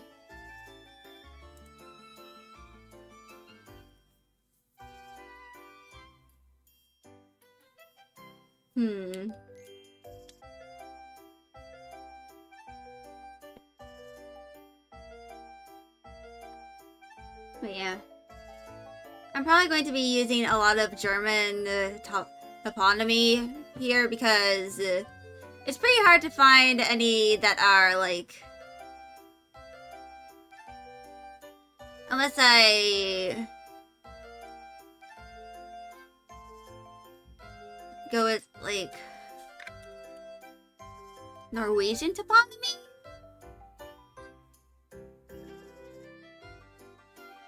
Fuck you, Google AI.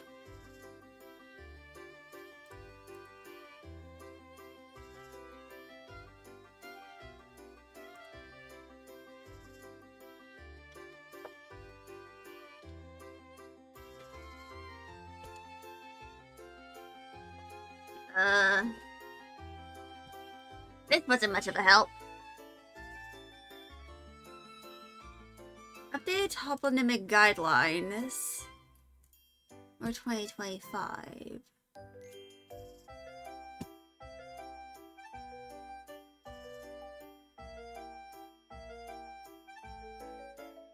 And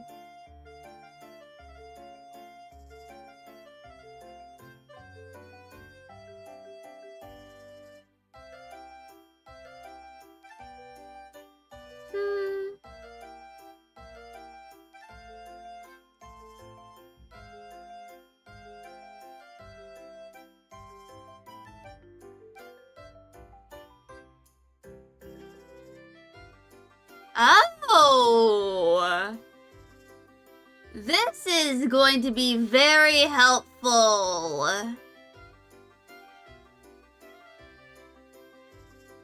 And it's from the United Nations too, I think. Let me just...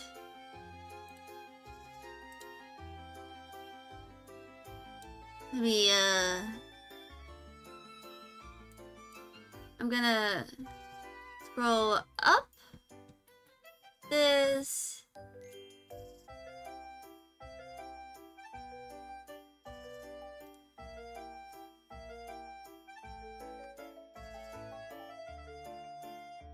So toponymic guidelines for Mapper and other editors for international use, Norway Revised Edition 2025.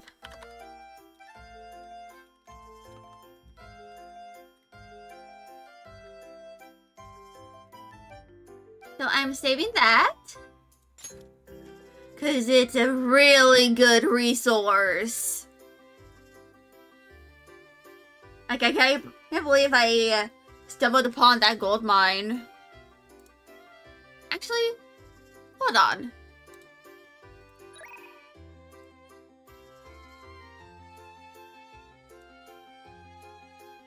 I'm actually going to send this to y'all as well.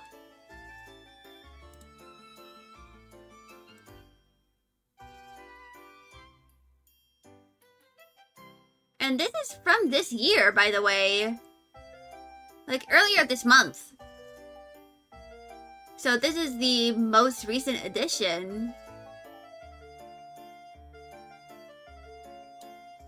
And they have the English equivalent to these as well.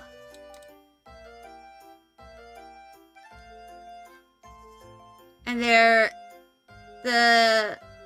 decoding is in alphabetical order. Ah, yes, the gill.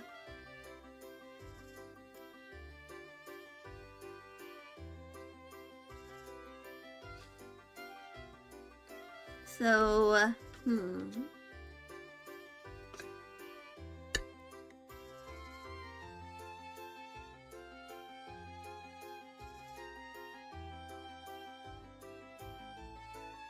Hmm.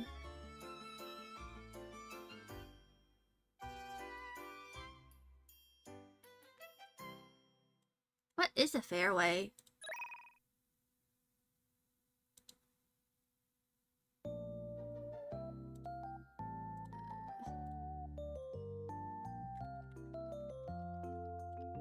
Definition. A navigable channel in a river or harbor.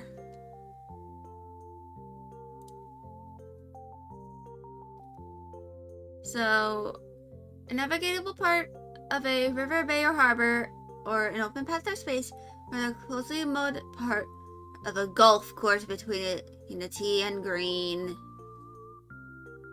Of course. Of course, there would be some form of golf.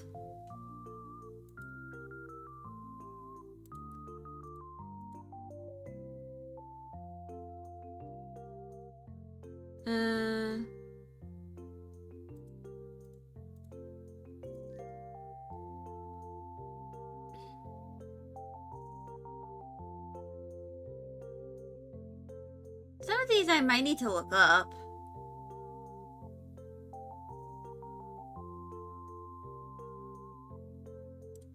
For myself.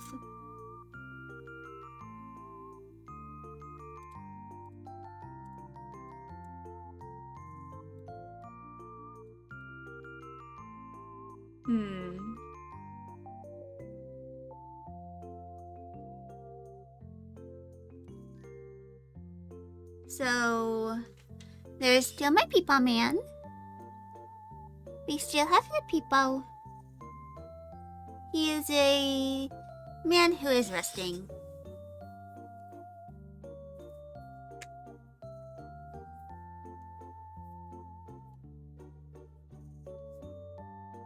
So,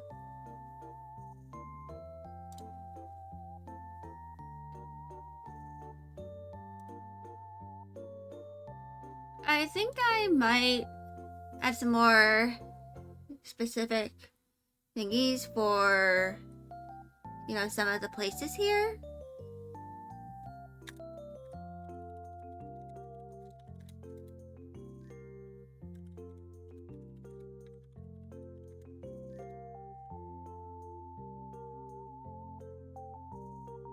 And there are some smaller islands in the Rodinia archipelago that kind of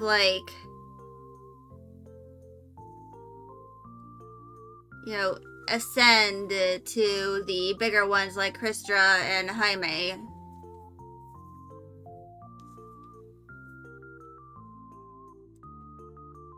But yeah.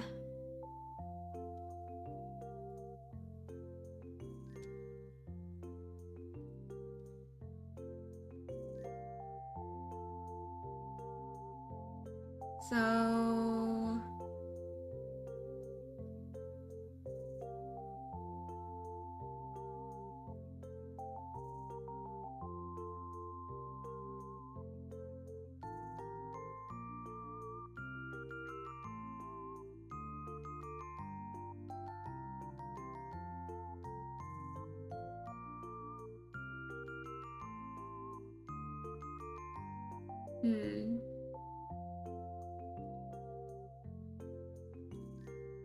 some of these I'm probably going to have temporary names for.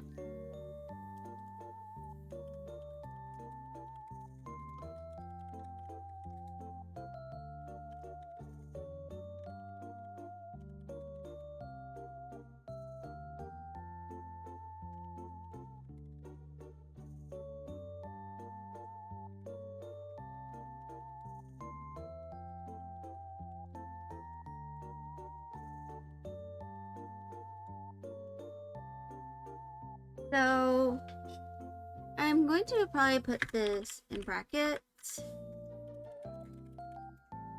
Temp name.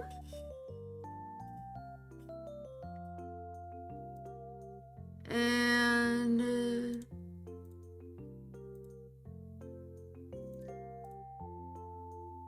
it's going to be in red as well.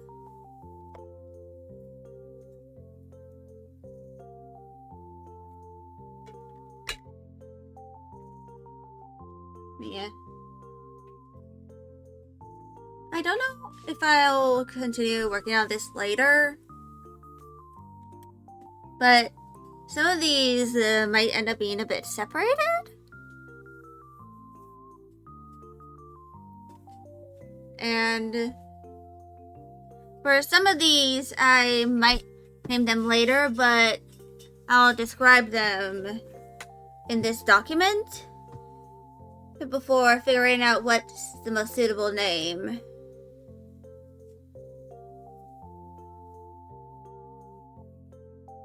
For them. Also, I'm still not fully used to having my hair be in like various layers, because on Sunday night I decided to do something different with my hair, and I chose to just chop off some of my hair in layers and accidentally give myself microbangs again. But that's fine.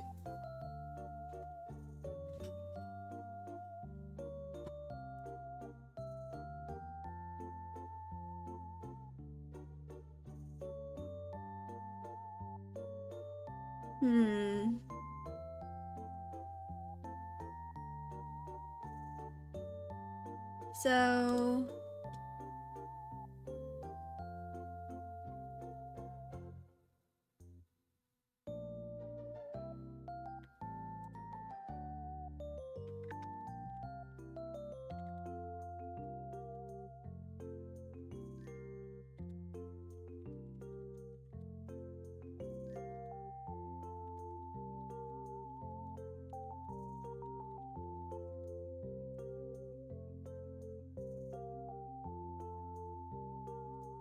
Oh, there's a little kitty crying. She wants to go into my room very badly.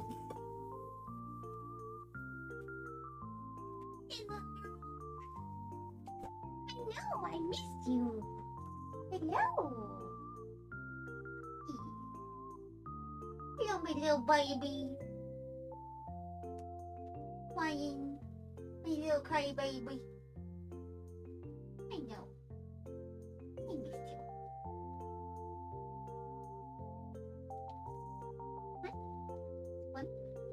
Squinch. On the chin. On the chin. Sorry about that. That was Magda, the second youngest kitty. She sometimes starts to cry at my door, begging me to let her in, because she knows this place is safe for her. Because the cat who usually attacks her doesn't really go in here all that often. Just the fellow itty bitty calico who was in here earlier. And right now, the people man. He's like, why are you pointing? Oh, hey! I know! The peapod's in your spot! She jumped on my desk to just say hi. She's like, what are you doing? She likes to sit on my chest sometimes. Helps me avoid shrimping all that much.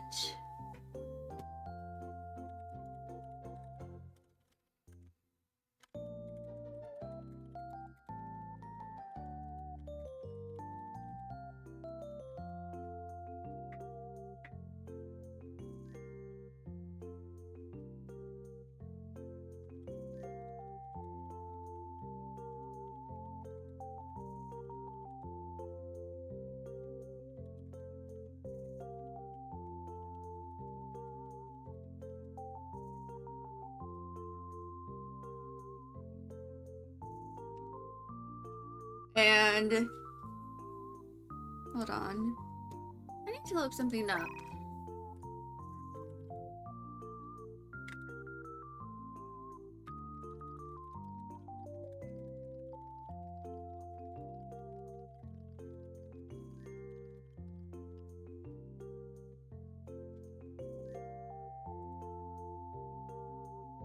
So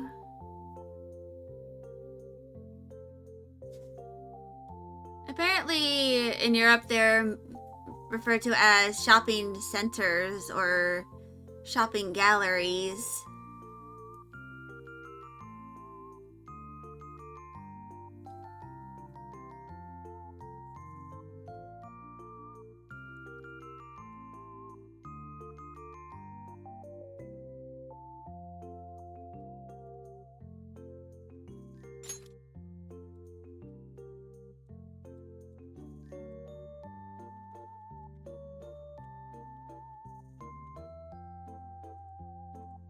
But I mostly know them as malls. Because I'm a grumbling little American who's never been outside of the United States.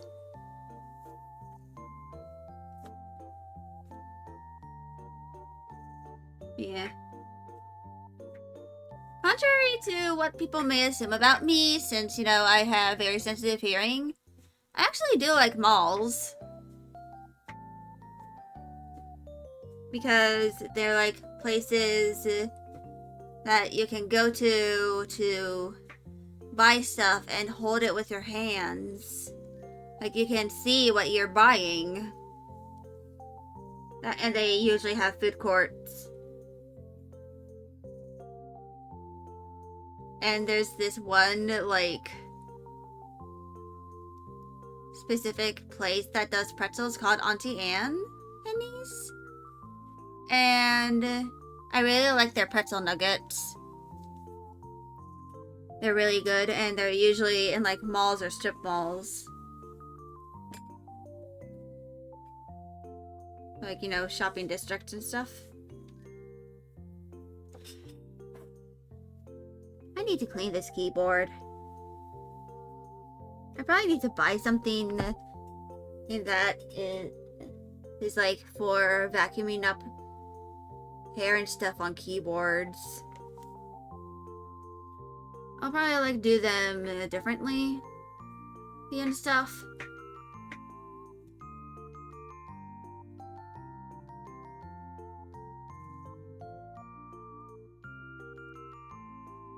But I don't know if I'm going to kind of like base it off of a specific mall. Because I've only really been to 2 in recent memory. There's one that recently got a shop that I really want to go to, but I haven't had the time to go. Because I can't really drive. And I want to bring my mom with me, and her chronic pain is pretty unpredictable.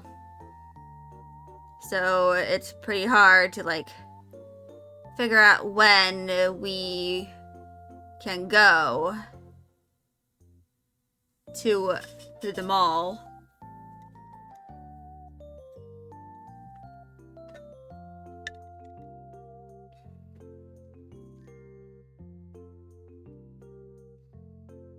And I'm probably going to try and grab some a reference to Chinese toponymy as well.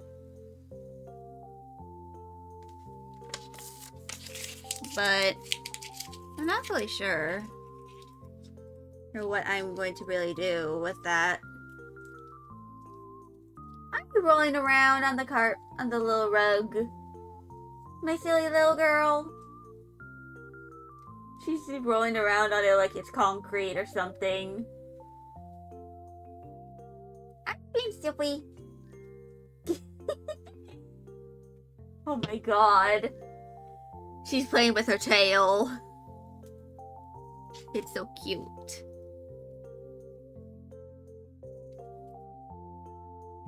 But yeah. I know that tomorrow I'm going to be doing some art.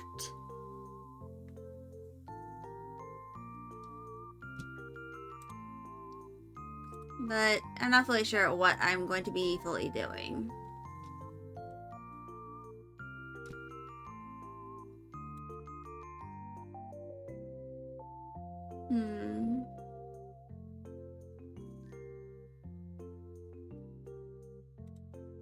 I kind of feel like drawing right now.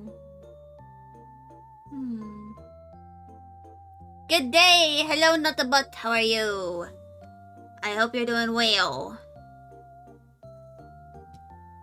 I was doing some world building here. At least you're feeling just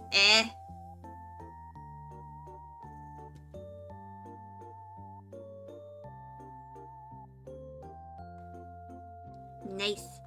Yeah.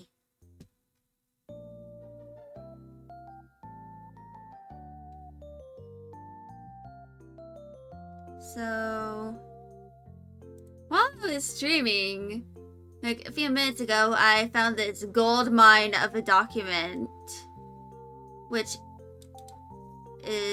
came out a few weeks ago. That has a list of like toponymic guidelines for Norway. So there are like, it's like a whole list of certain words that are used for toponymy, along with their English equivalents. And it's just an absolute goldmine for me.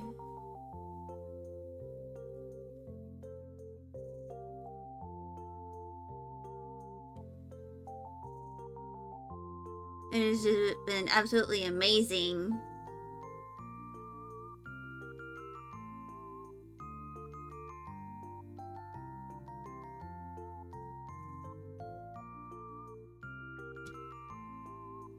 Which is just hell yeah.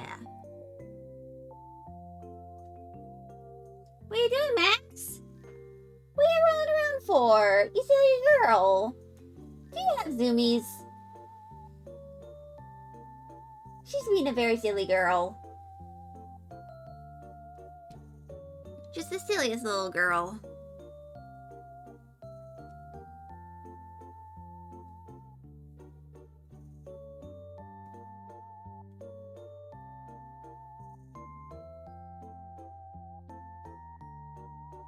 What are you doing? What do you do? Little girl. Yeah. I might change to art. Because... Why are you rolling? Because I kind of, like... Gotta go, but it was nice being here. Alright, understandable. Hope you have a good day. What are you doing? Hold on, I gotta see what she wants. Magda?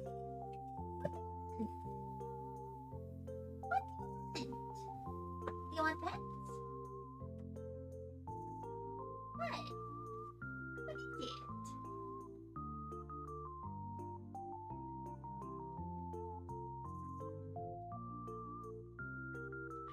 I have no idea what you want. Do you just want me to acknowledge you? Or are you getting lonely? My little girl? What are you doing? Little girl? Girly girl, what you do?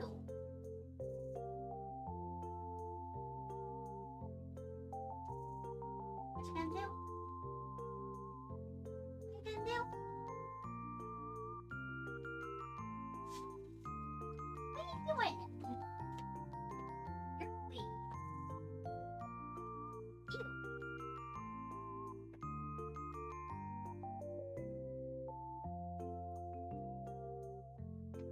I have no idea what she wants. Or what she's trying to do. Hello?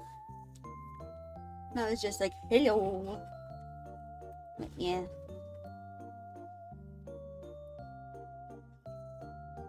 I think I'm actually going to change to art.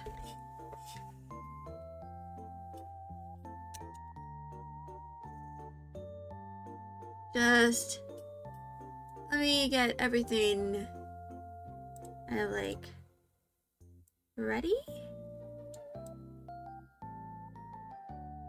Just gonna make the people man smaller.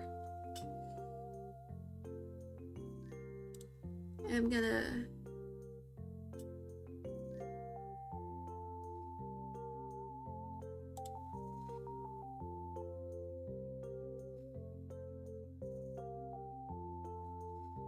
grab that.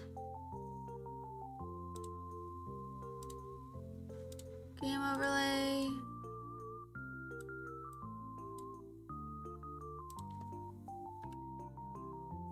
All right.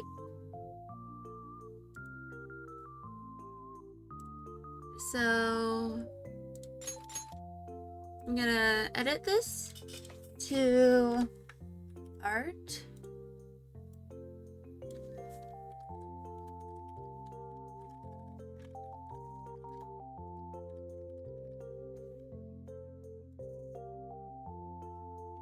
And I'm going to grab some of my stuff here.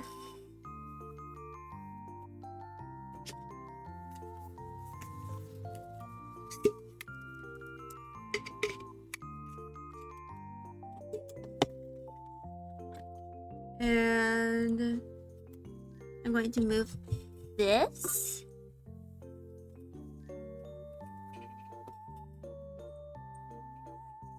He's like, what's going on? Yeah.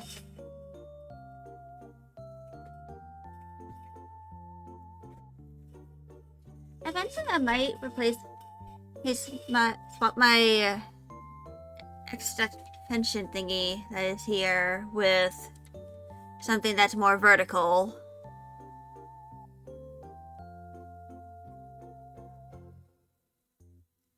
Because it, you know, takes a lot of space and all that.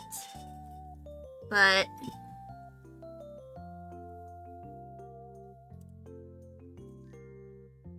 I'm going to do a second pass.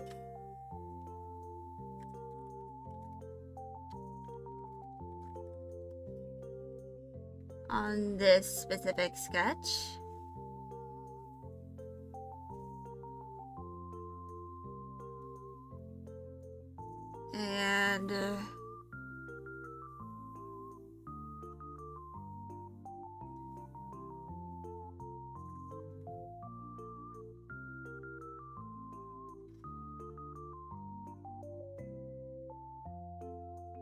And yeah. My category has changed. So, yeah. I'm gonna turn this down pretty low.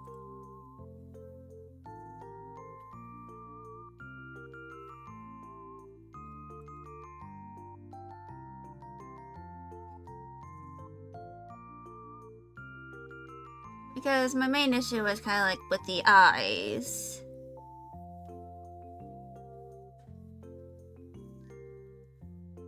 They look a little too big for me.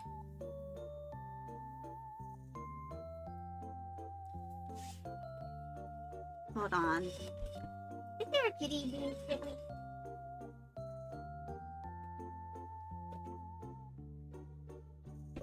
Nope. Hi, Max. Magda and Mao are just chilling right now.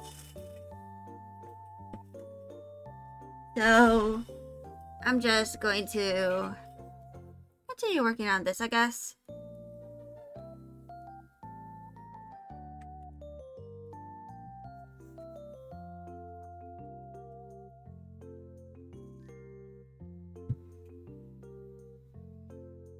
And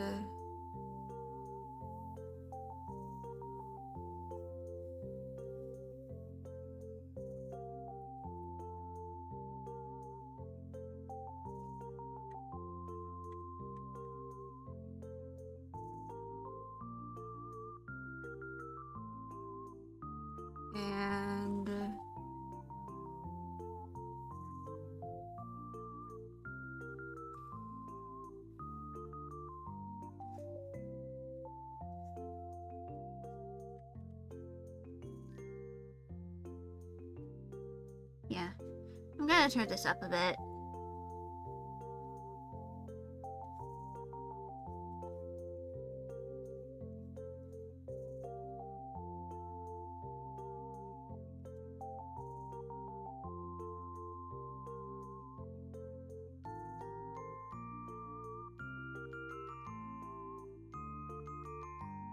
And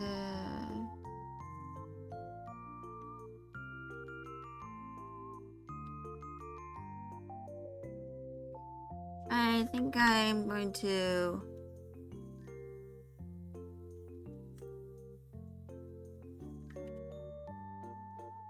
kind of try and keep within the guideline.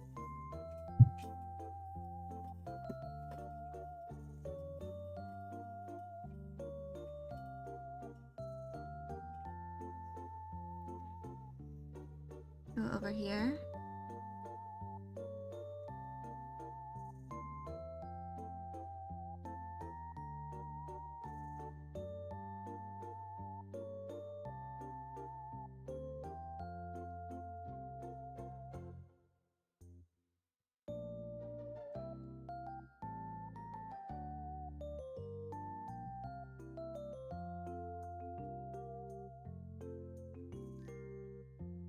I'm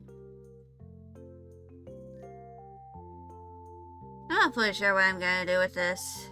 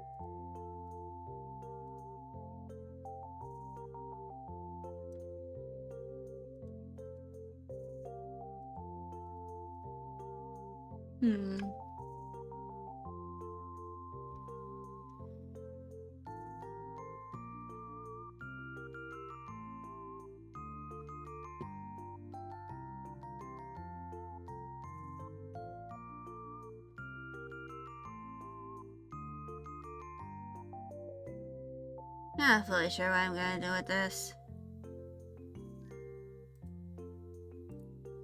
So I think I'm going to make a new one.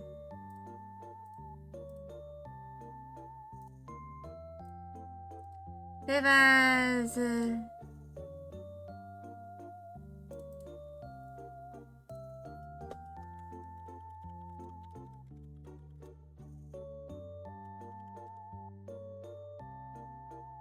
So...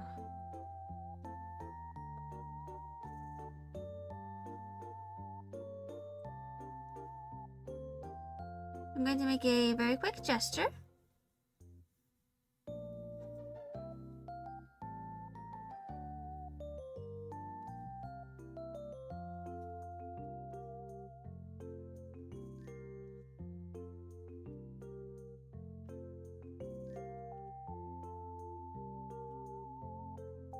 And this is just so that I can get a thing out of the way.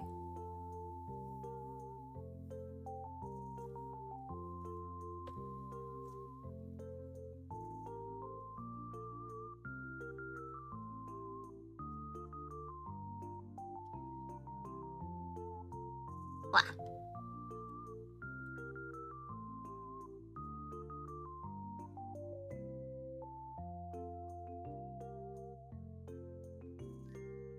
And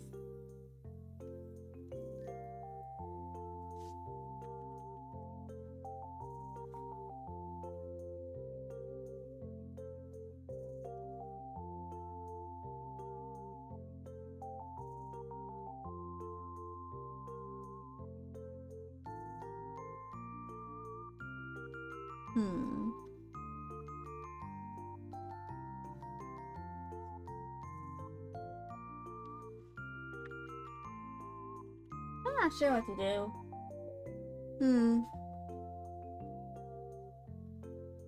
Oh, hi, Sabrina. I didn't realize you were in here. She's on my bed right now.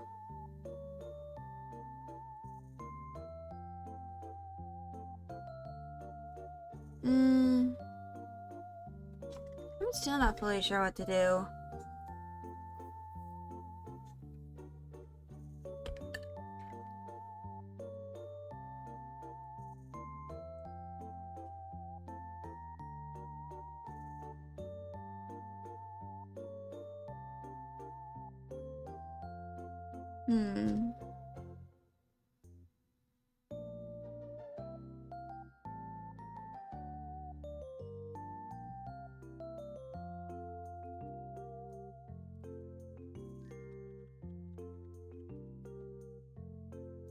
So...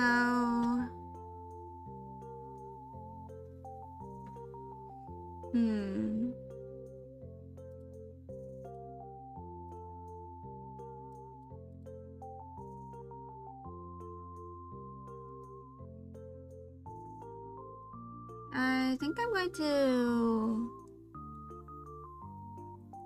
add that. And I think I'm going to kind of trace the lower body.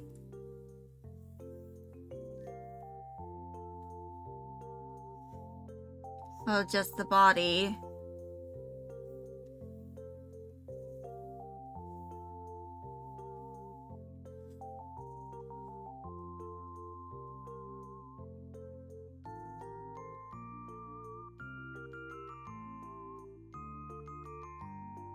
It's going to be a very quick.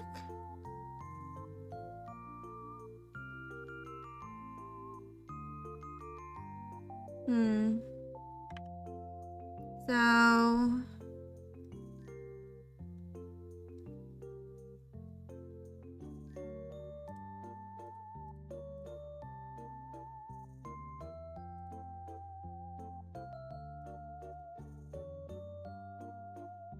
I'm going to, at the very least, trace the head.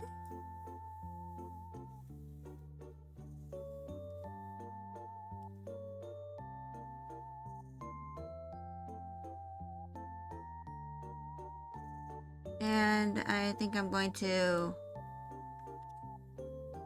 kind of trace that stuff here.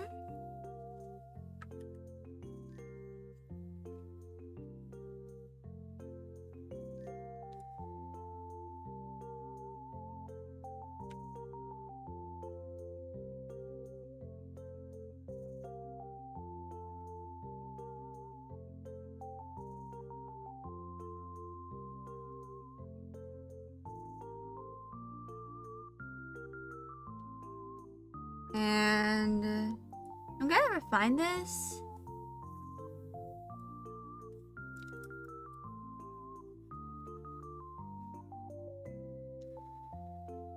And I think I'm going to kind of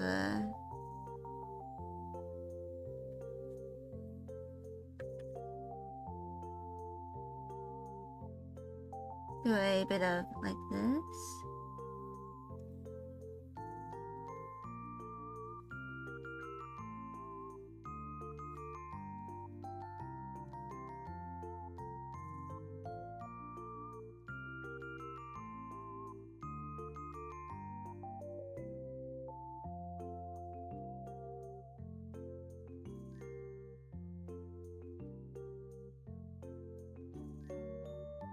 Looks very bad, but just trust the process.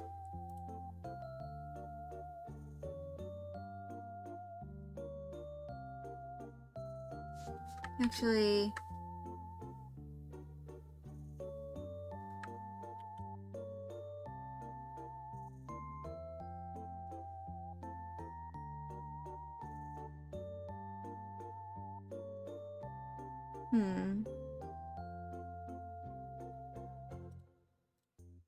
I'm going to...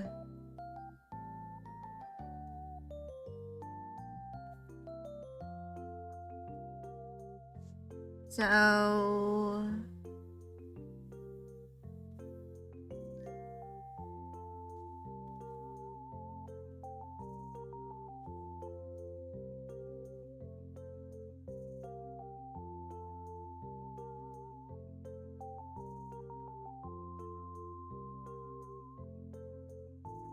And...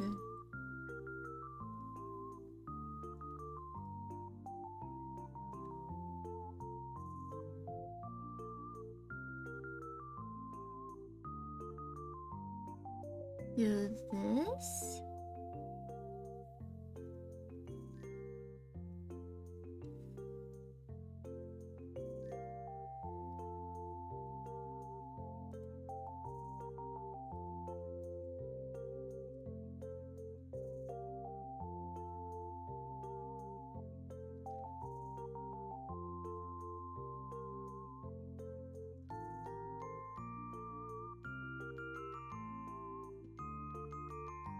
And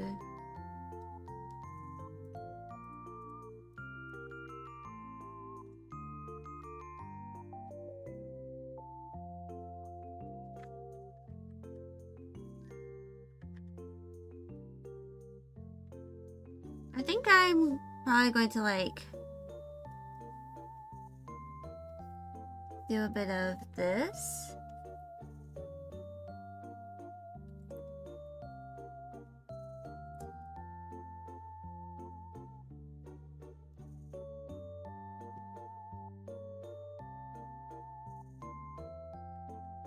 And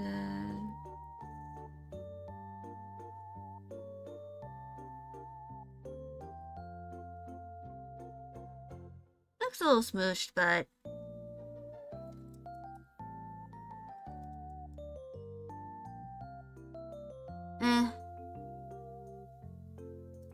so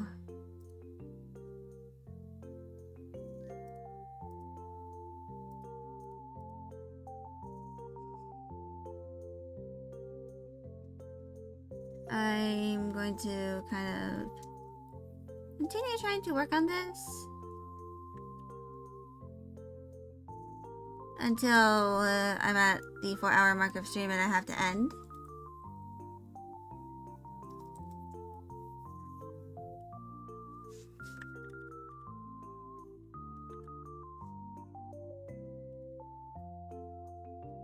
But for now, I'm just gonna try and work on this reactive.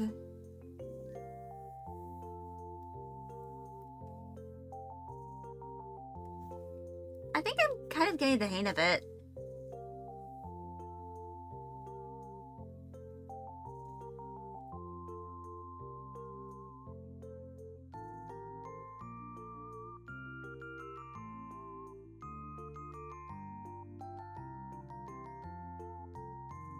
And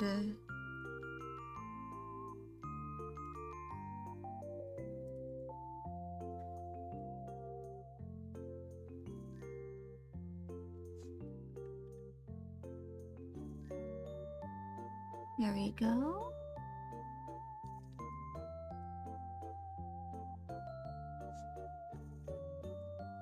I know the head looks very much smooshed. This will be fixed eventually.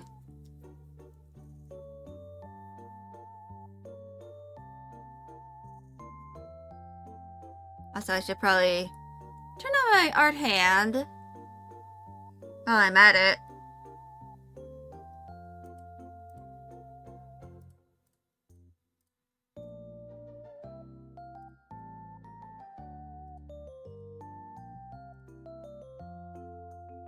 I don't know if I'm going to like add any like basic blinking or anything, but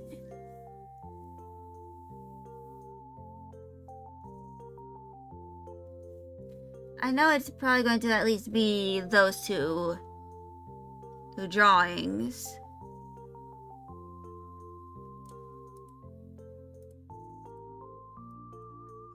I'm going to delete that.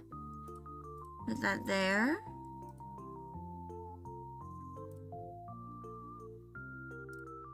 I'm going to move this down.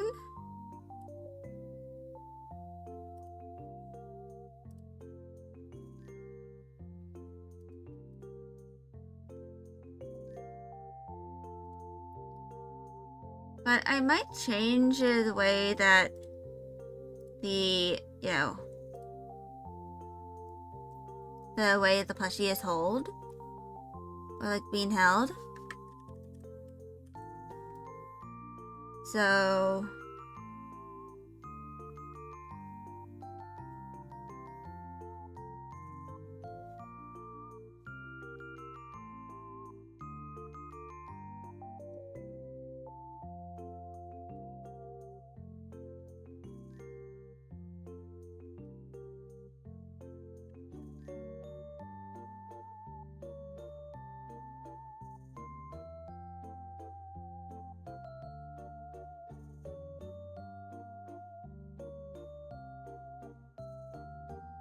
I'm going to make a vague bean shape, but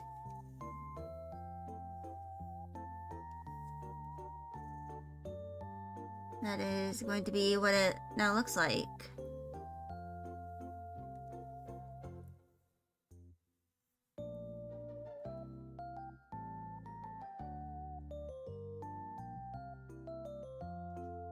So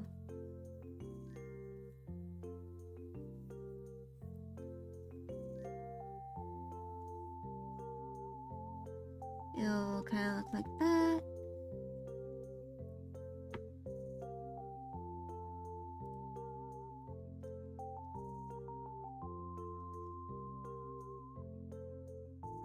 And then this will be what the rest of talking Fugi looks like.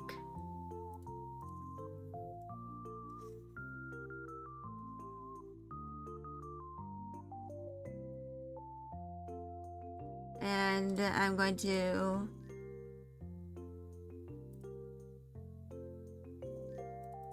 grab my concept. Oops. And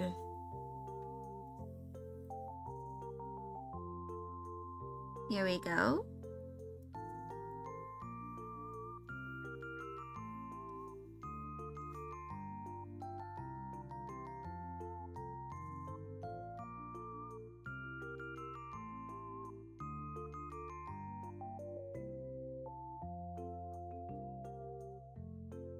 And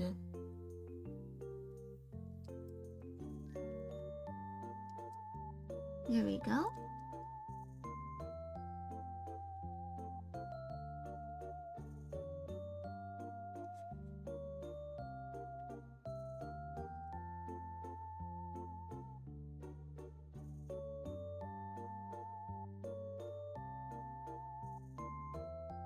And here we go. I don't know what I'm going to make the plush specifically, but I might make a few versions of it. Like, probably one where it's one of my OCs. And another where it's, my representation of chat, aka the Meowpoke.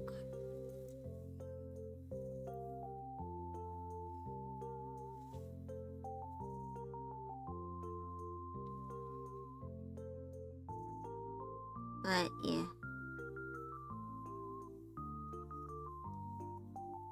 Big, chunky arms. And this does look wonky because it's, the kind of, it's a sketch. It's not meant to look like super good.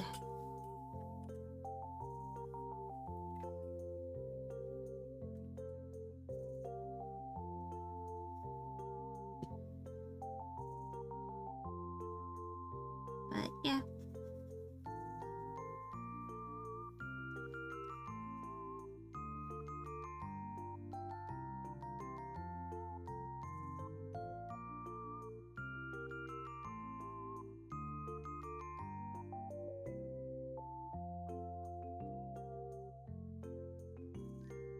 This is going to be the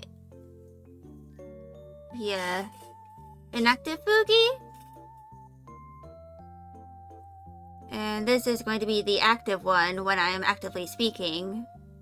Or when it picks up something on my mic.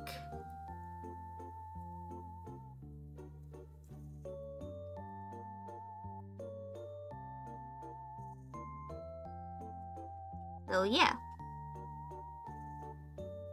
That is probably what it's going to look like.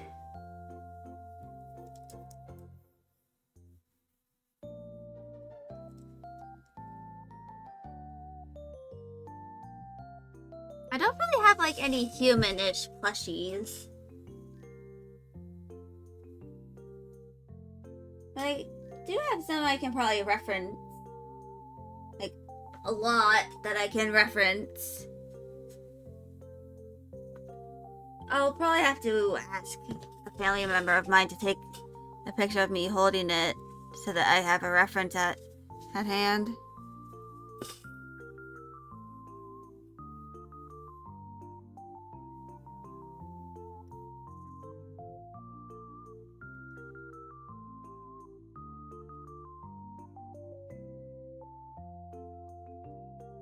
But yeah, it is the current state of my,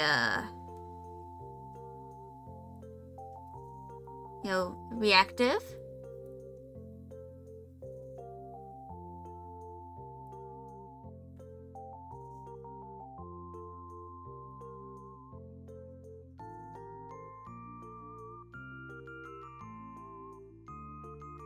It is, of course, going to look very different when it's done.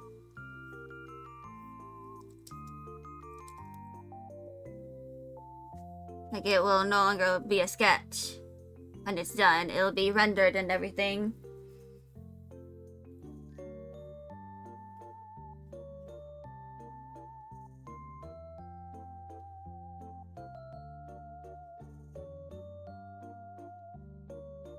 So yeah.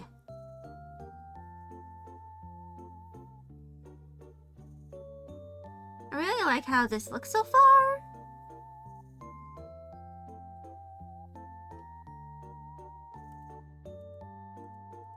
But yeah. I'm going to try and keep everything consistent. Maybe I'll like have the arms up a little higher.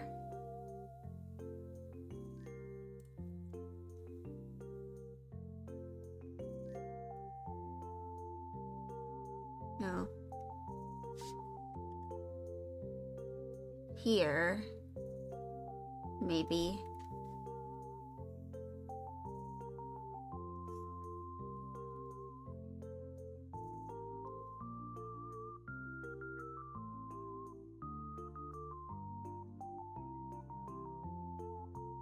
But yeah, this is kind of like what it's going to look like when I'm idle. I'm not sure what I'm going to do for like the muted or not hearing anything, but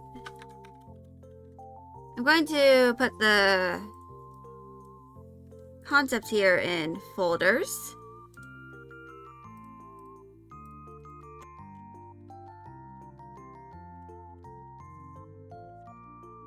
And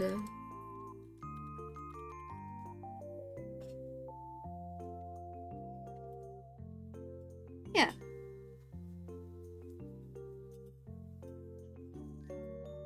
So this is going to be the inactive sketch, and this is going to be the active sketch. So I will change to this when talking, and this will be when I'm not talking.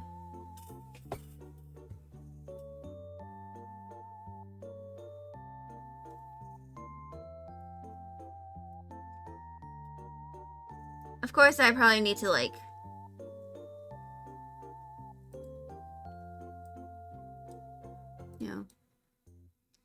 remove these. And I'll probably like just start on doing the, you know, I'll probably start doing the liner eventually. I'll probably take a screenshot of my model in Live 2D to figure out how to do the horns and all that. But this is progress. And the reason why I'm, you know, making a reactive is because I eventually want to collaborate with people. And I haven't really made a reactive for myself because during my past nearly 3 years of streaming, I've never collaborated with anyone.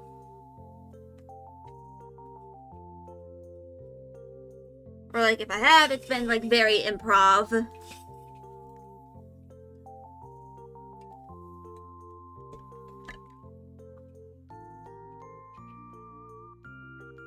But because of that, I know that I eventually want to do a proper collab with someone.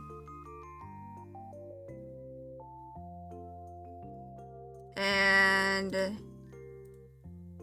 that is probably going to mean that I know that means I have to eventually make a proper reactive for myself.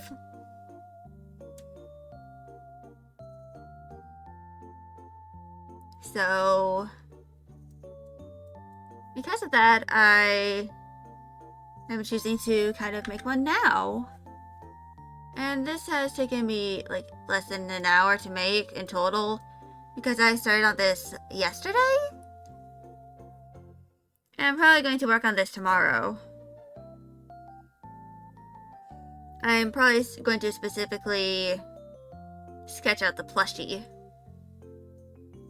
And, you know, the hands.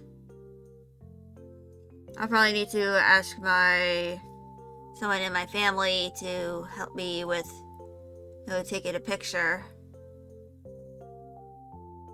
Because...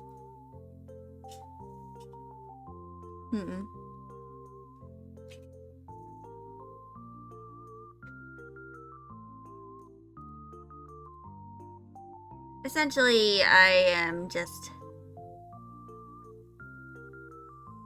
not fully sure what to do. Anyway, I should probably close my writing document.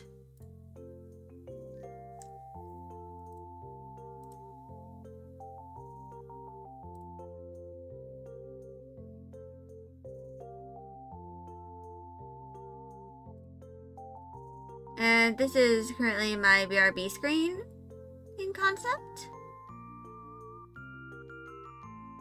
I'm probably going to work on this tomorrow. Oh, because I have that written in my to-do list for tomorrow's stream. But I'm not fully sure what I'll be doing tomorrow other than that.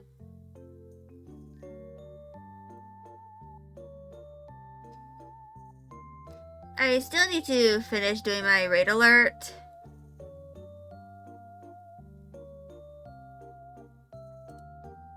But I can always do that later.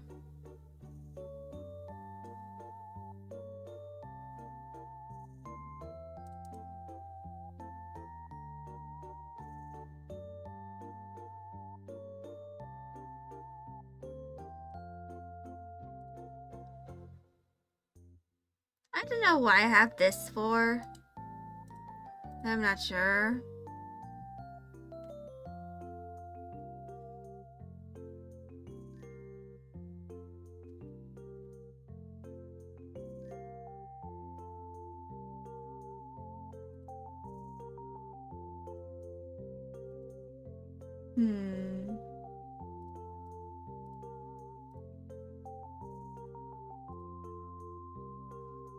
I'm going to edit this.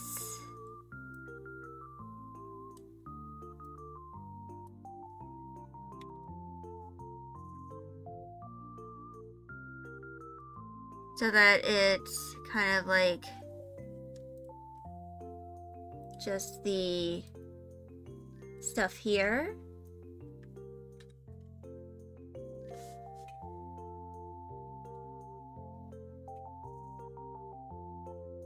And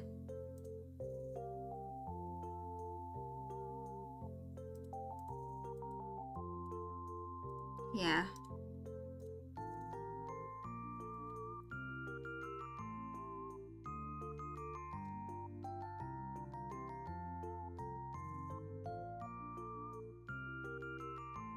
So,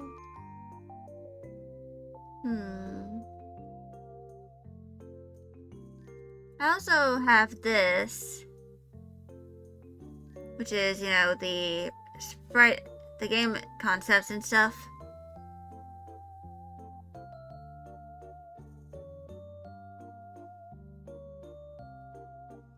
But yeah, I'm not fully sure what I'll like do.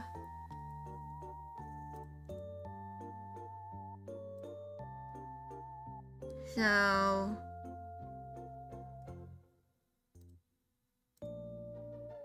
I think I'm going to modify Linnea a bit.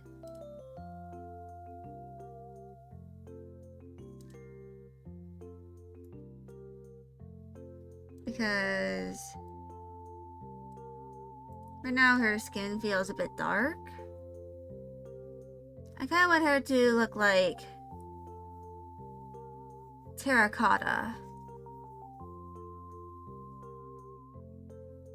Like her like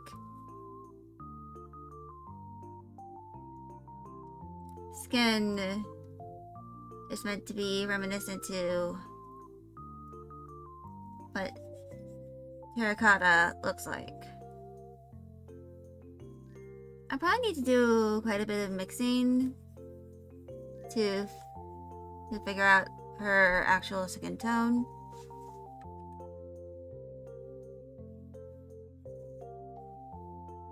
But I do know I want to make her have a cool skin tone.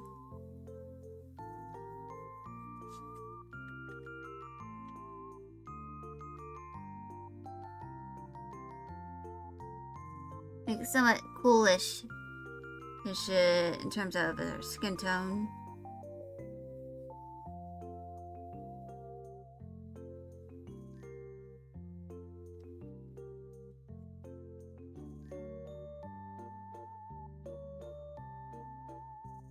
But right now, it's just I need to figure out what her skin tone will be. Like, if she's going to have a summer tone or a winter tone.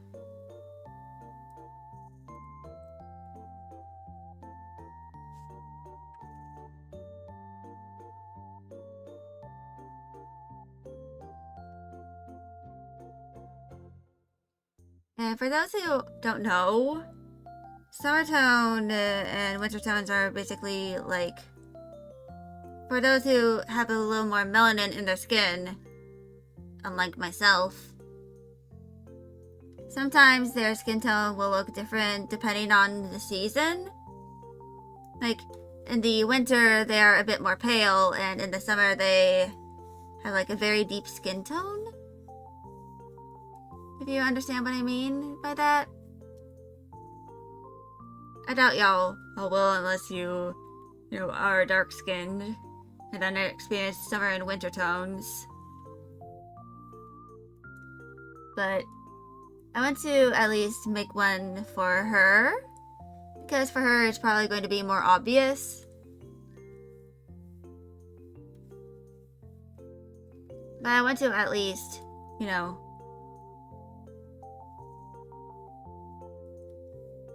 make her look like that.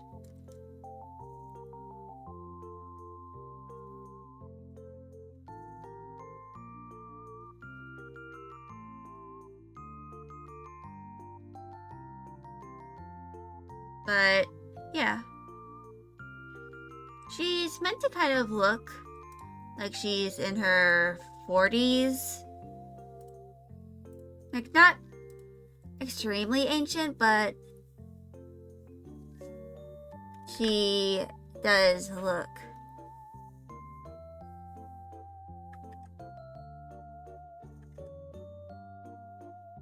somewhat, older. Like, significantly older than many of the other characters. Because most of them are in, like, their 20s and, like, early 30s. Linnea is, meant to look older. She's meant to be wiser.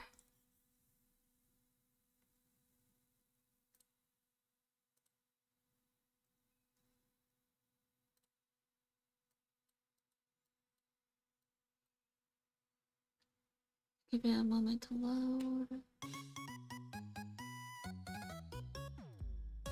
But yeah, for Linnea, she's meant to be an older woman.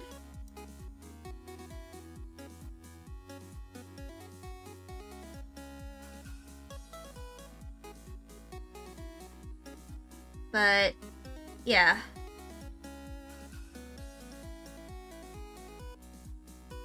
She,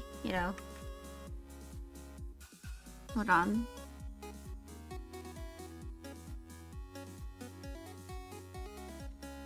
So,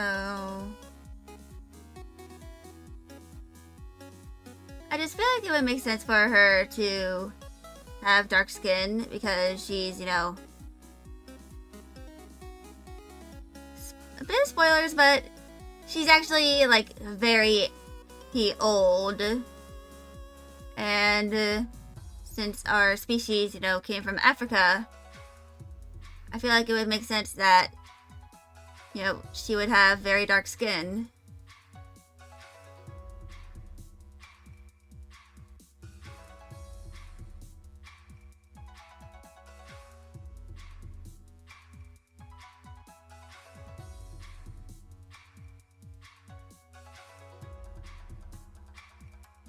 And this is going to be the first skin tone? Eye tone.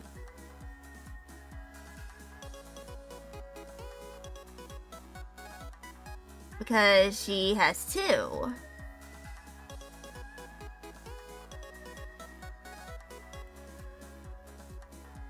And it's kind of like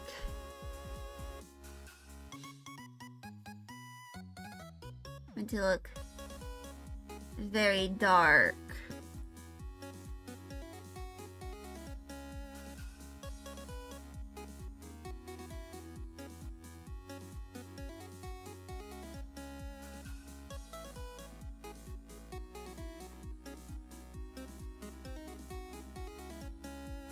And there's a bunch of different colored swirls.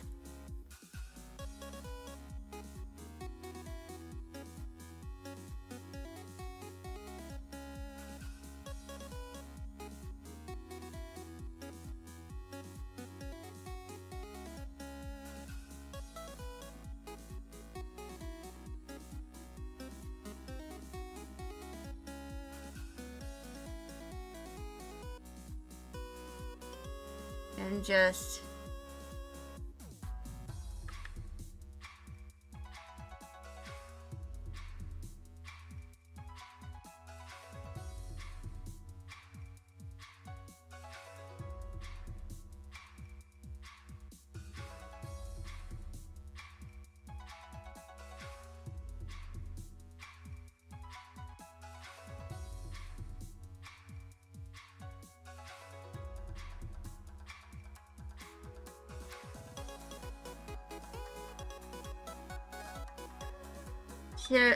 her other eye color is meant to kind of like be reminiscent to. Are you okay, people?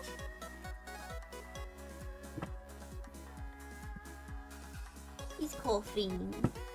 Ow. Poor people.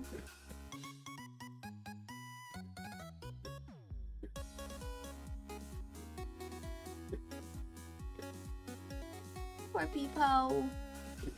He's coughing up a hairball. Coughing up a hairball, Mr. Peepo. He's like, bleh.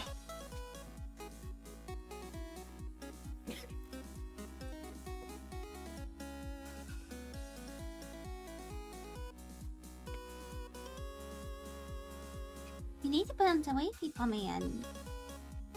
Yeah, your skin and bone.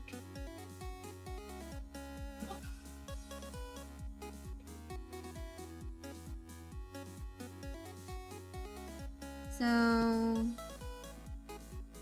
yeah.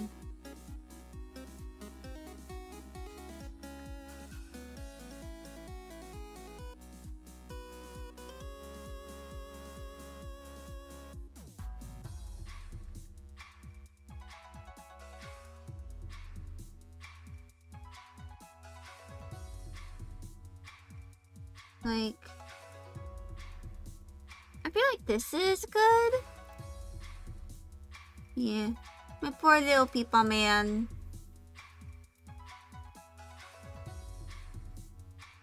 He is coughing up a hairball.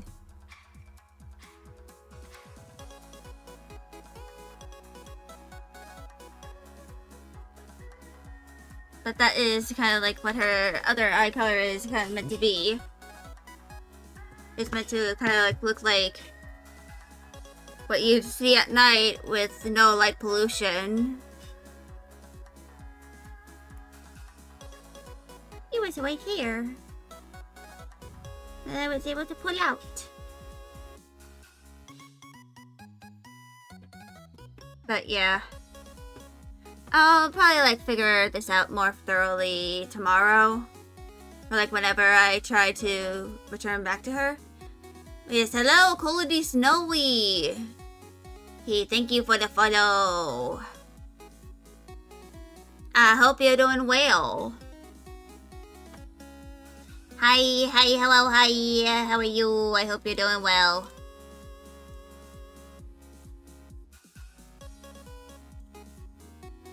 Now I'm kind of like just doing stuff. You hope I'm doing well today. I'm doing quite well. Earlier, this kitty here was coughing up a hairball. He was all coffee. Poor little Peepo Man.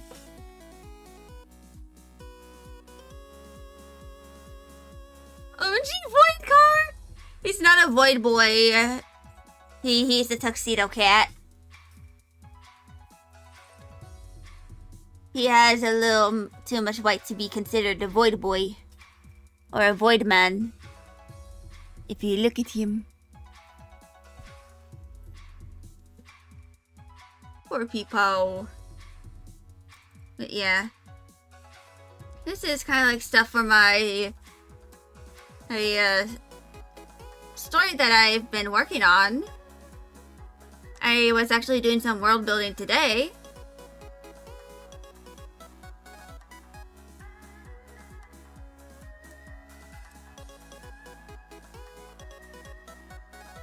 But I'm going to make a new document.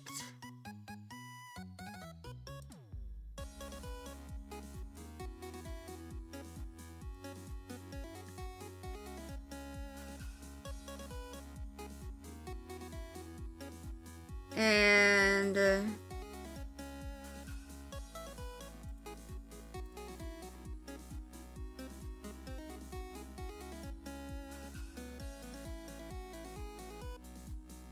it's like a tarot card. Now, this is a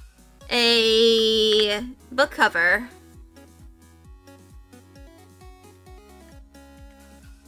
But it's meant to be kind of like very compositional.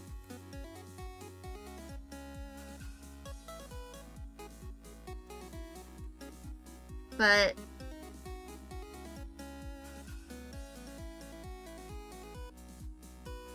But right now, it's kind of like just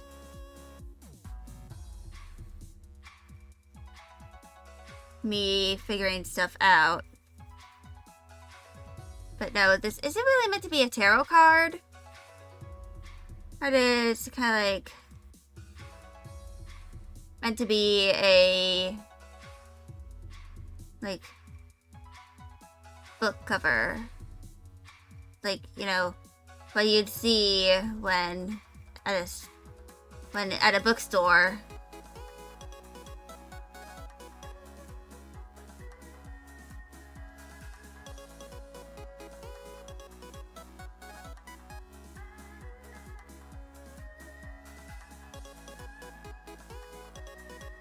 But yeah, I kind of want to figure out some of the colors.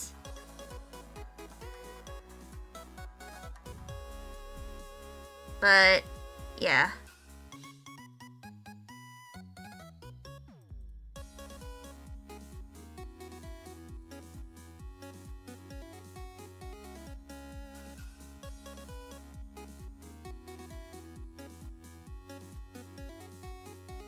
This is, you know, what Patchouli looks like in her, like, as a minister, as she is she is a member of a clergy, which I can assure y'all that she is not meant to be Catholic.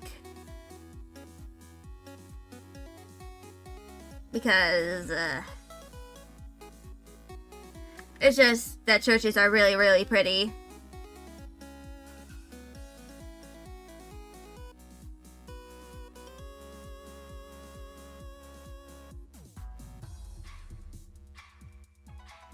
But right now, I'm kind of just placing all the colors.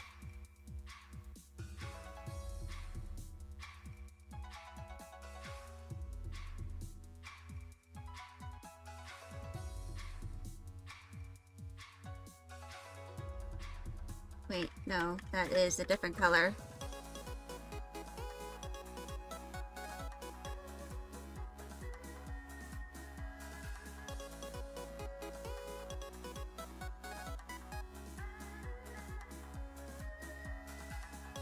Oh. Accidentally used the transparent. But yeah, I don't think I'm actually going to finish this anytime soon. I just want to have the concept, you know, complete.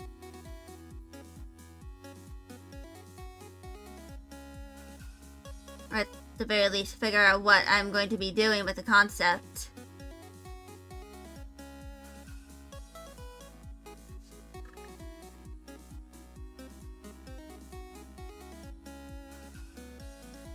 So, yeah.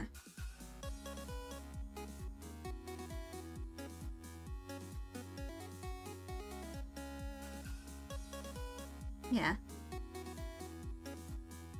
And the eyes are kind of a symbol for the god out of the church that she lives in.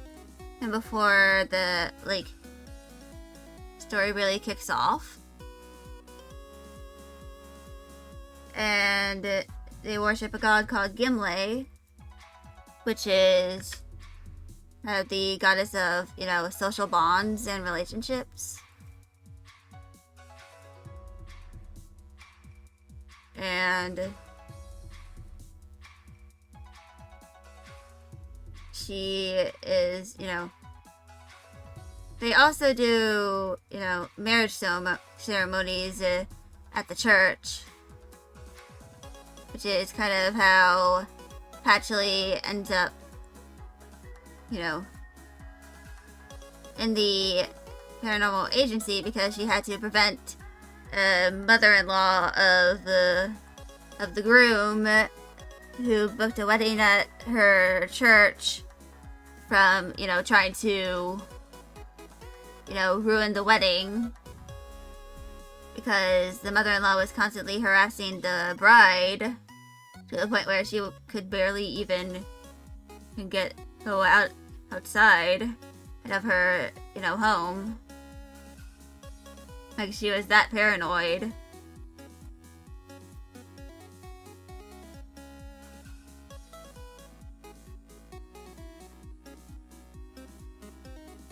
And of course, the mother-in-law tried to, who ruined the wedding, and ends up arrested because the police were also notified beforehand. And that kind of like kicks off what the rest of the story.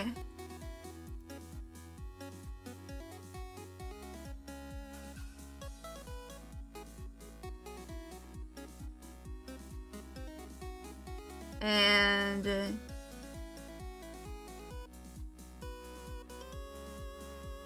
you may be wondering, is this ink? Wrong, it's blood.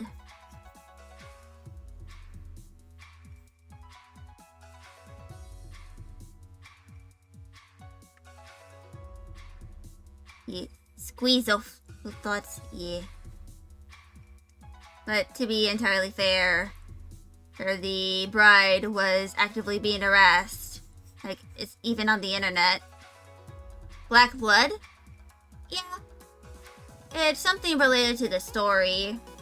Like, the species she is in, that she is part of. Their blood is black in color.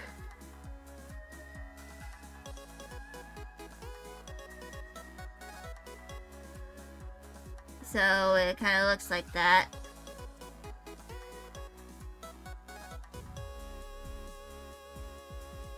And the species she's from also cries there's like a gold color.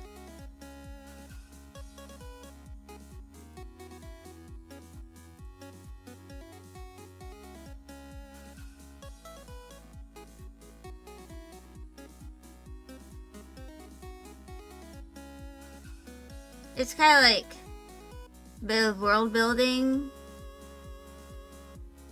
to kind of show that they, even if they look human, they still are not human.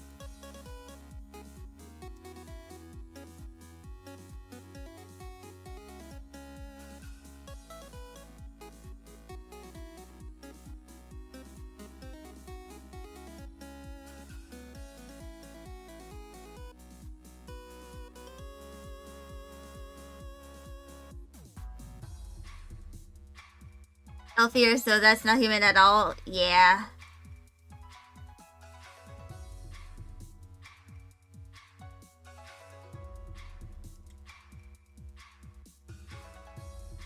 Let me just erase.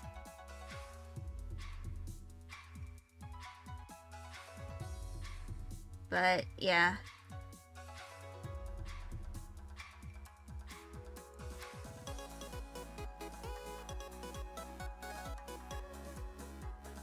This is,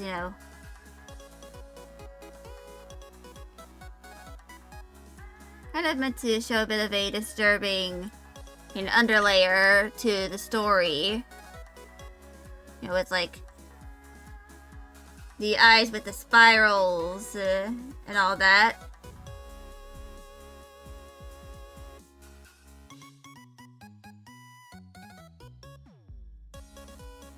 Along with, the blood. And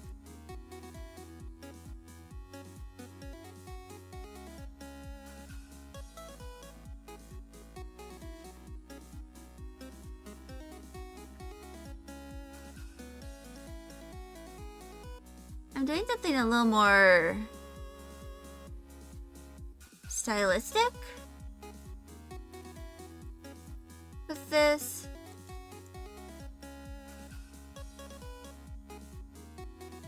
You really love my art and how it looks. Thank you! I'm glad you appreciate it. But here I wanted to do something stylistic with the rendering I wanted to kind of like have the shading be purple.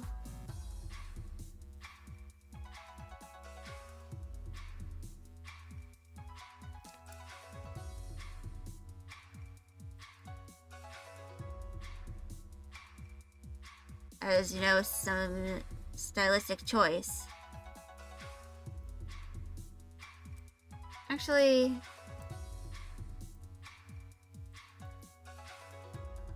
I'm going to change it to kind of like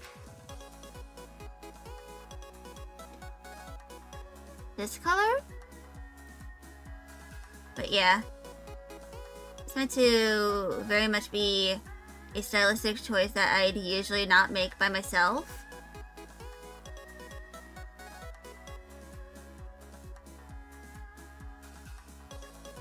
Because usually I'd set a, you know, the shading as kind of a color based off of the, you know, base color.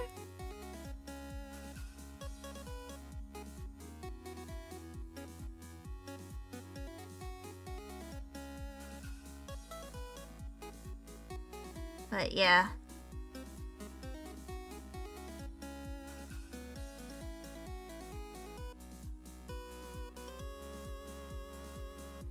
I kind of just wanted to make this sort of stylistic choice.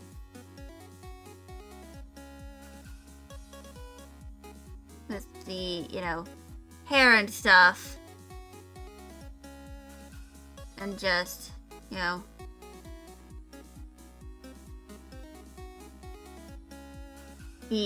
show something somewhat different. Make this a little more unique compared to all of my other pieces.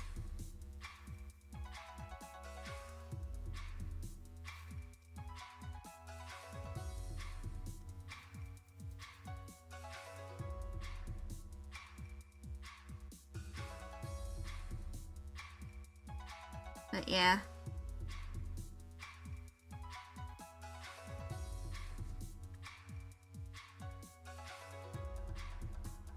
Also, I forgot to add something here.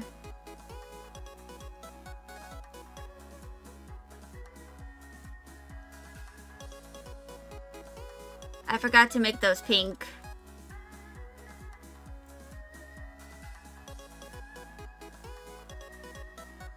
But yeah.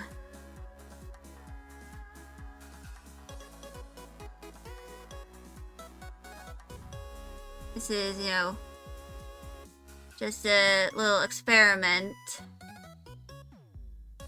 to kind of see what it might look like.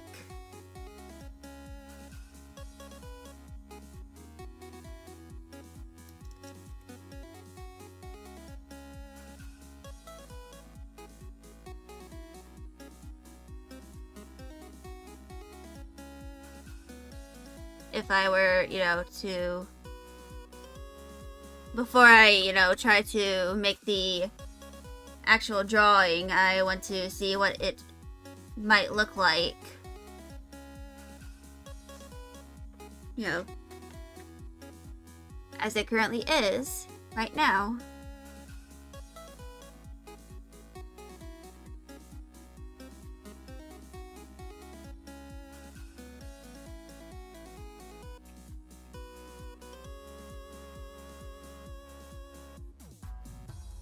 And I'm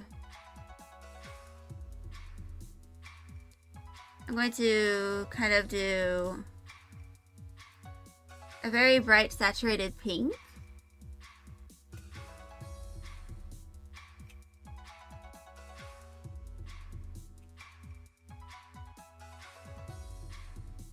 For like a bit of contrast.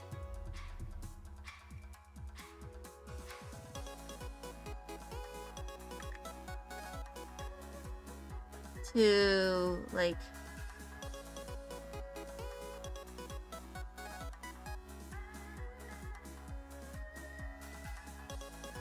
show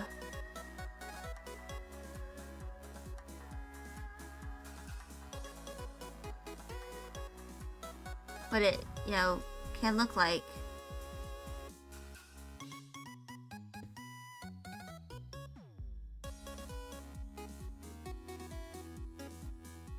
Of course, I'm going to turn this down and, like, do add.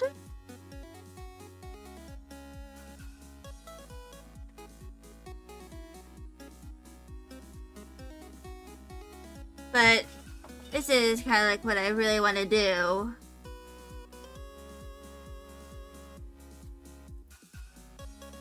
Like, I want to do something experimental with the style.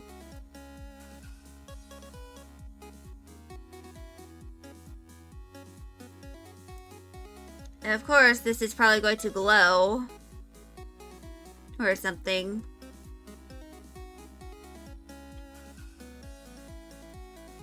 But I just want to make this look...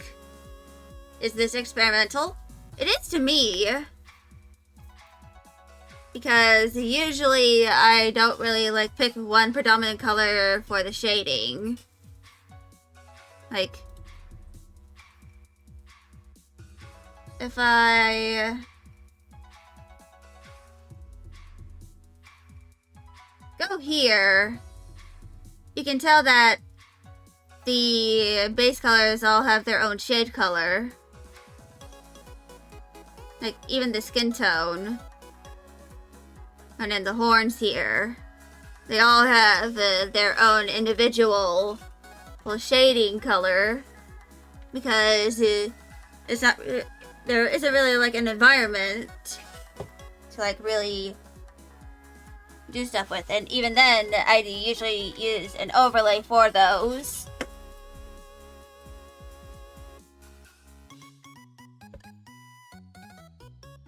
Here, I consider this to be experimental because, at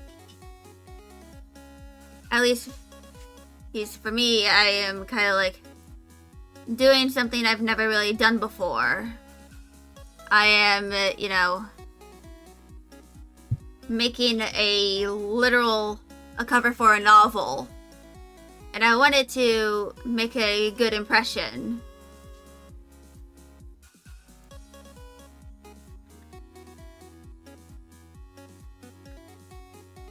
Shade.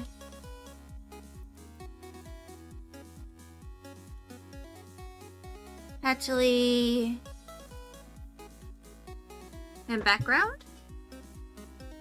But yeah. This is, you know, something I thought kind of, you know, doing. I mean, with, you know, the, you know, thing here. Hello, plants in a pot. I hope you're doing well. Yeah. Of course, I don't know if this is going to be like the last concept. I'm probably going to... What am I? I look so cute and cool. I'm a dragon fairy hybrid, so a biological chimera. And this is one of my 8 cats, Mr. Mao. He's a tuxedo. A very chill man. Yeah, this is, you know, I'm just kind of like experimenting in a bit. So, yeah.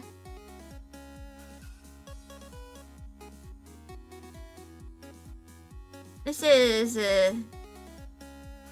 kind of like meant to be the cover for the book. You love this?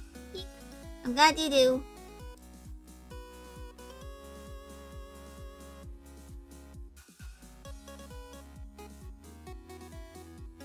But yeah. I'm ending stream in a few minutes. I kind of just wanted to do some art stuff. Or whatever. Before I, you know, ended my stream.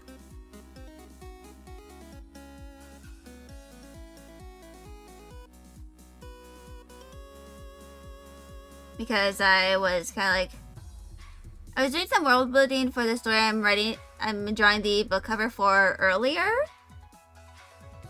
But then I kind of like, my brain got fried. And I had nothing else to really do. So I just moved on to doing some art. But yeah. I'm still not really sure what typeface I'm going to use for this, but I might purchase one from a type foundry. And, you know, kind of like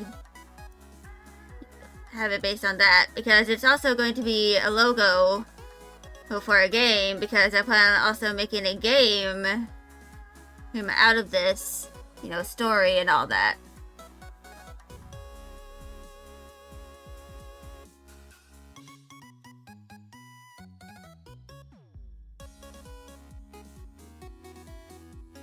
But yeah.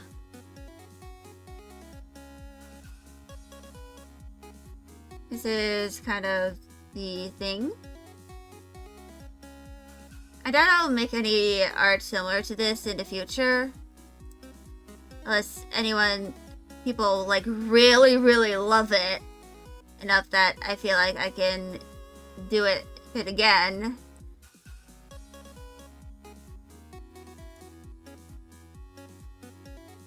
But yeah.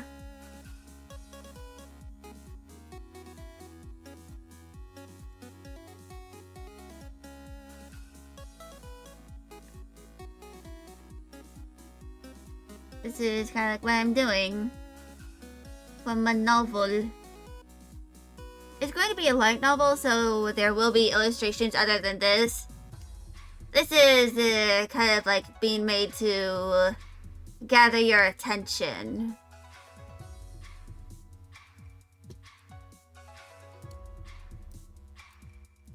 Like the big stained glass windows.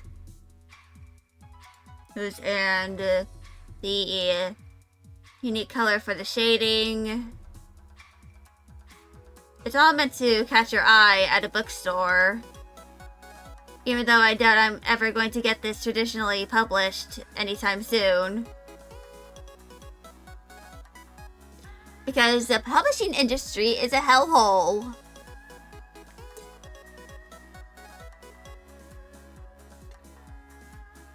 That, and before I, you know, plan on doing either this or any other like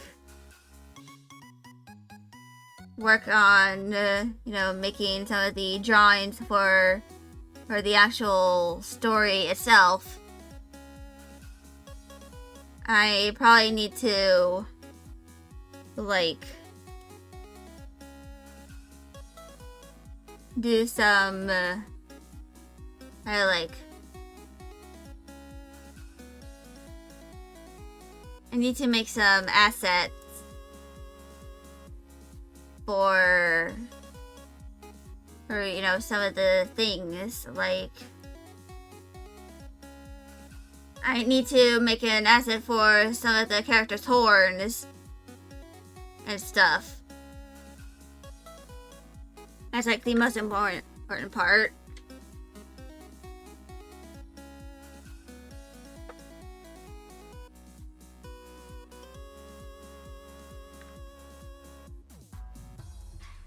But yeah, that is kind of like what I plan on eventually doing. And I probably need to make an asset of this, you know, symbol, so that I don't have to constantly redraw it every single time when I want to work on something that involves the symbol.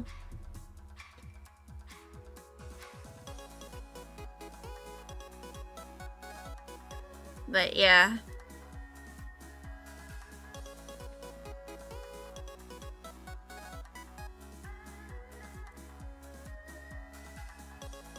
Of course, I'll probably like make more in-depth shading. But this is, of course, just the concept.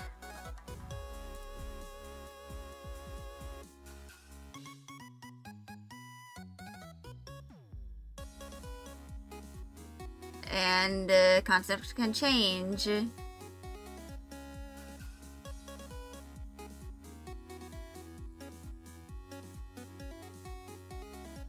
And I might just scrap this all together and try to do something new.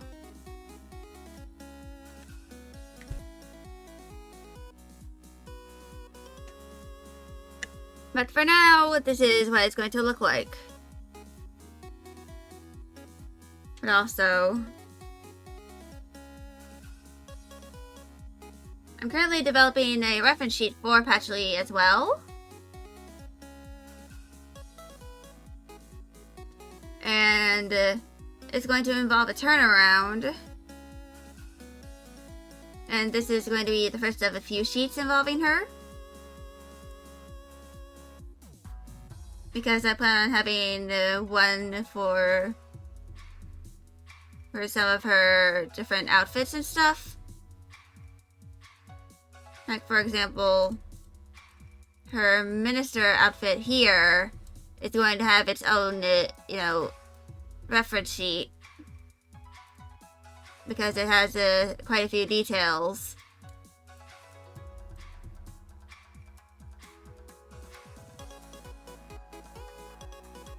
And some of this one I need to redesign.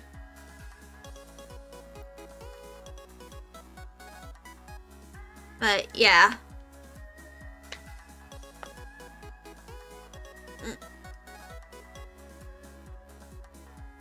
So I think I'm actually going to end stream here. I'll be here tomorrow with a dedicated art stream because I need to work on some assets because I still haven't finished some of them. And also work on my reactive. And Friday is going to be Tales of Bersia, which I did yesterday.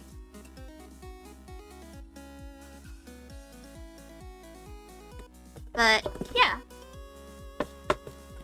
Tomorrow is going to be the dedicated art stream to just doing art. And yeah.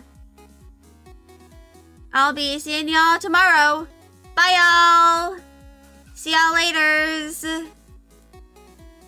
See y'all tomorrow.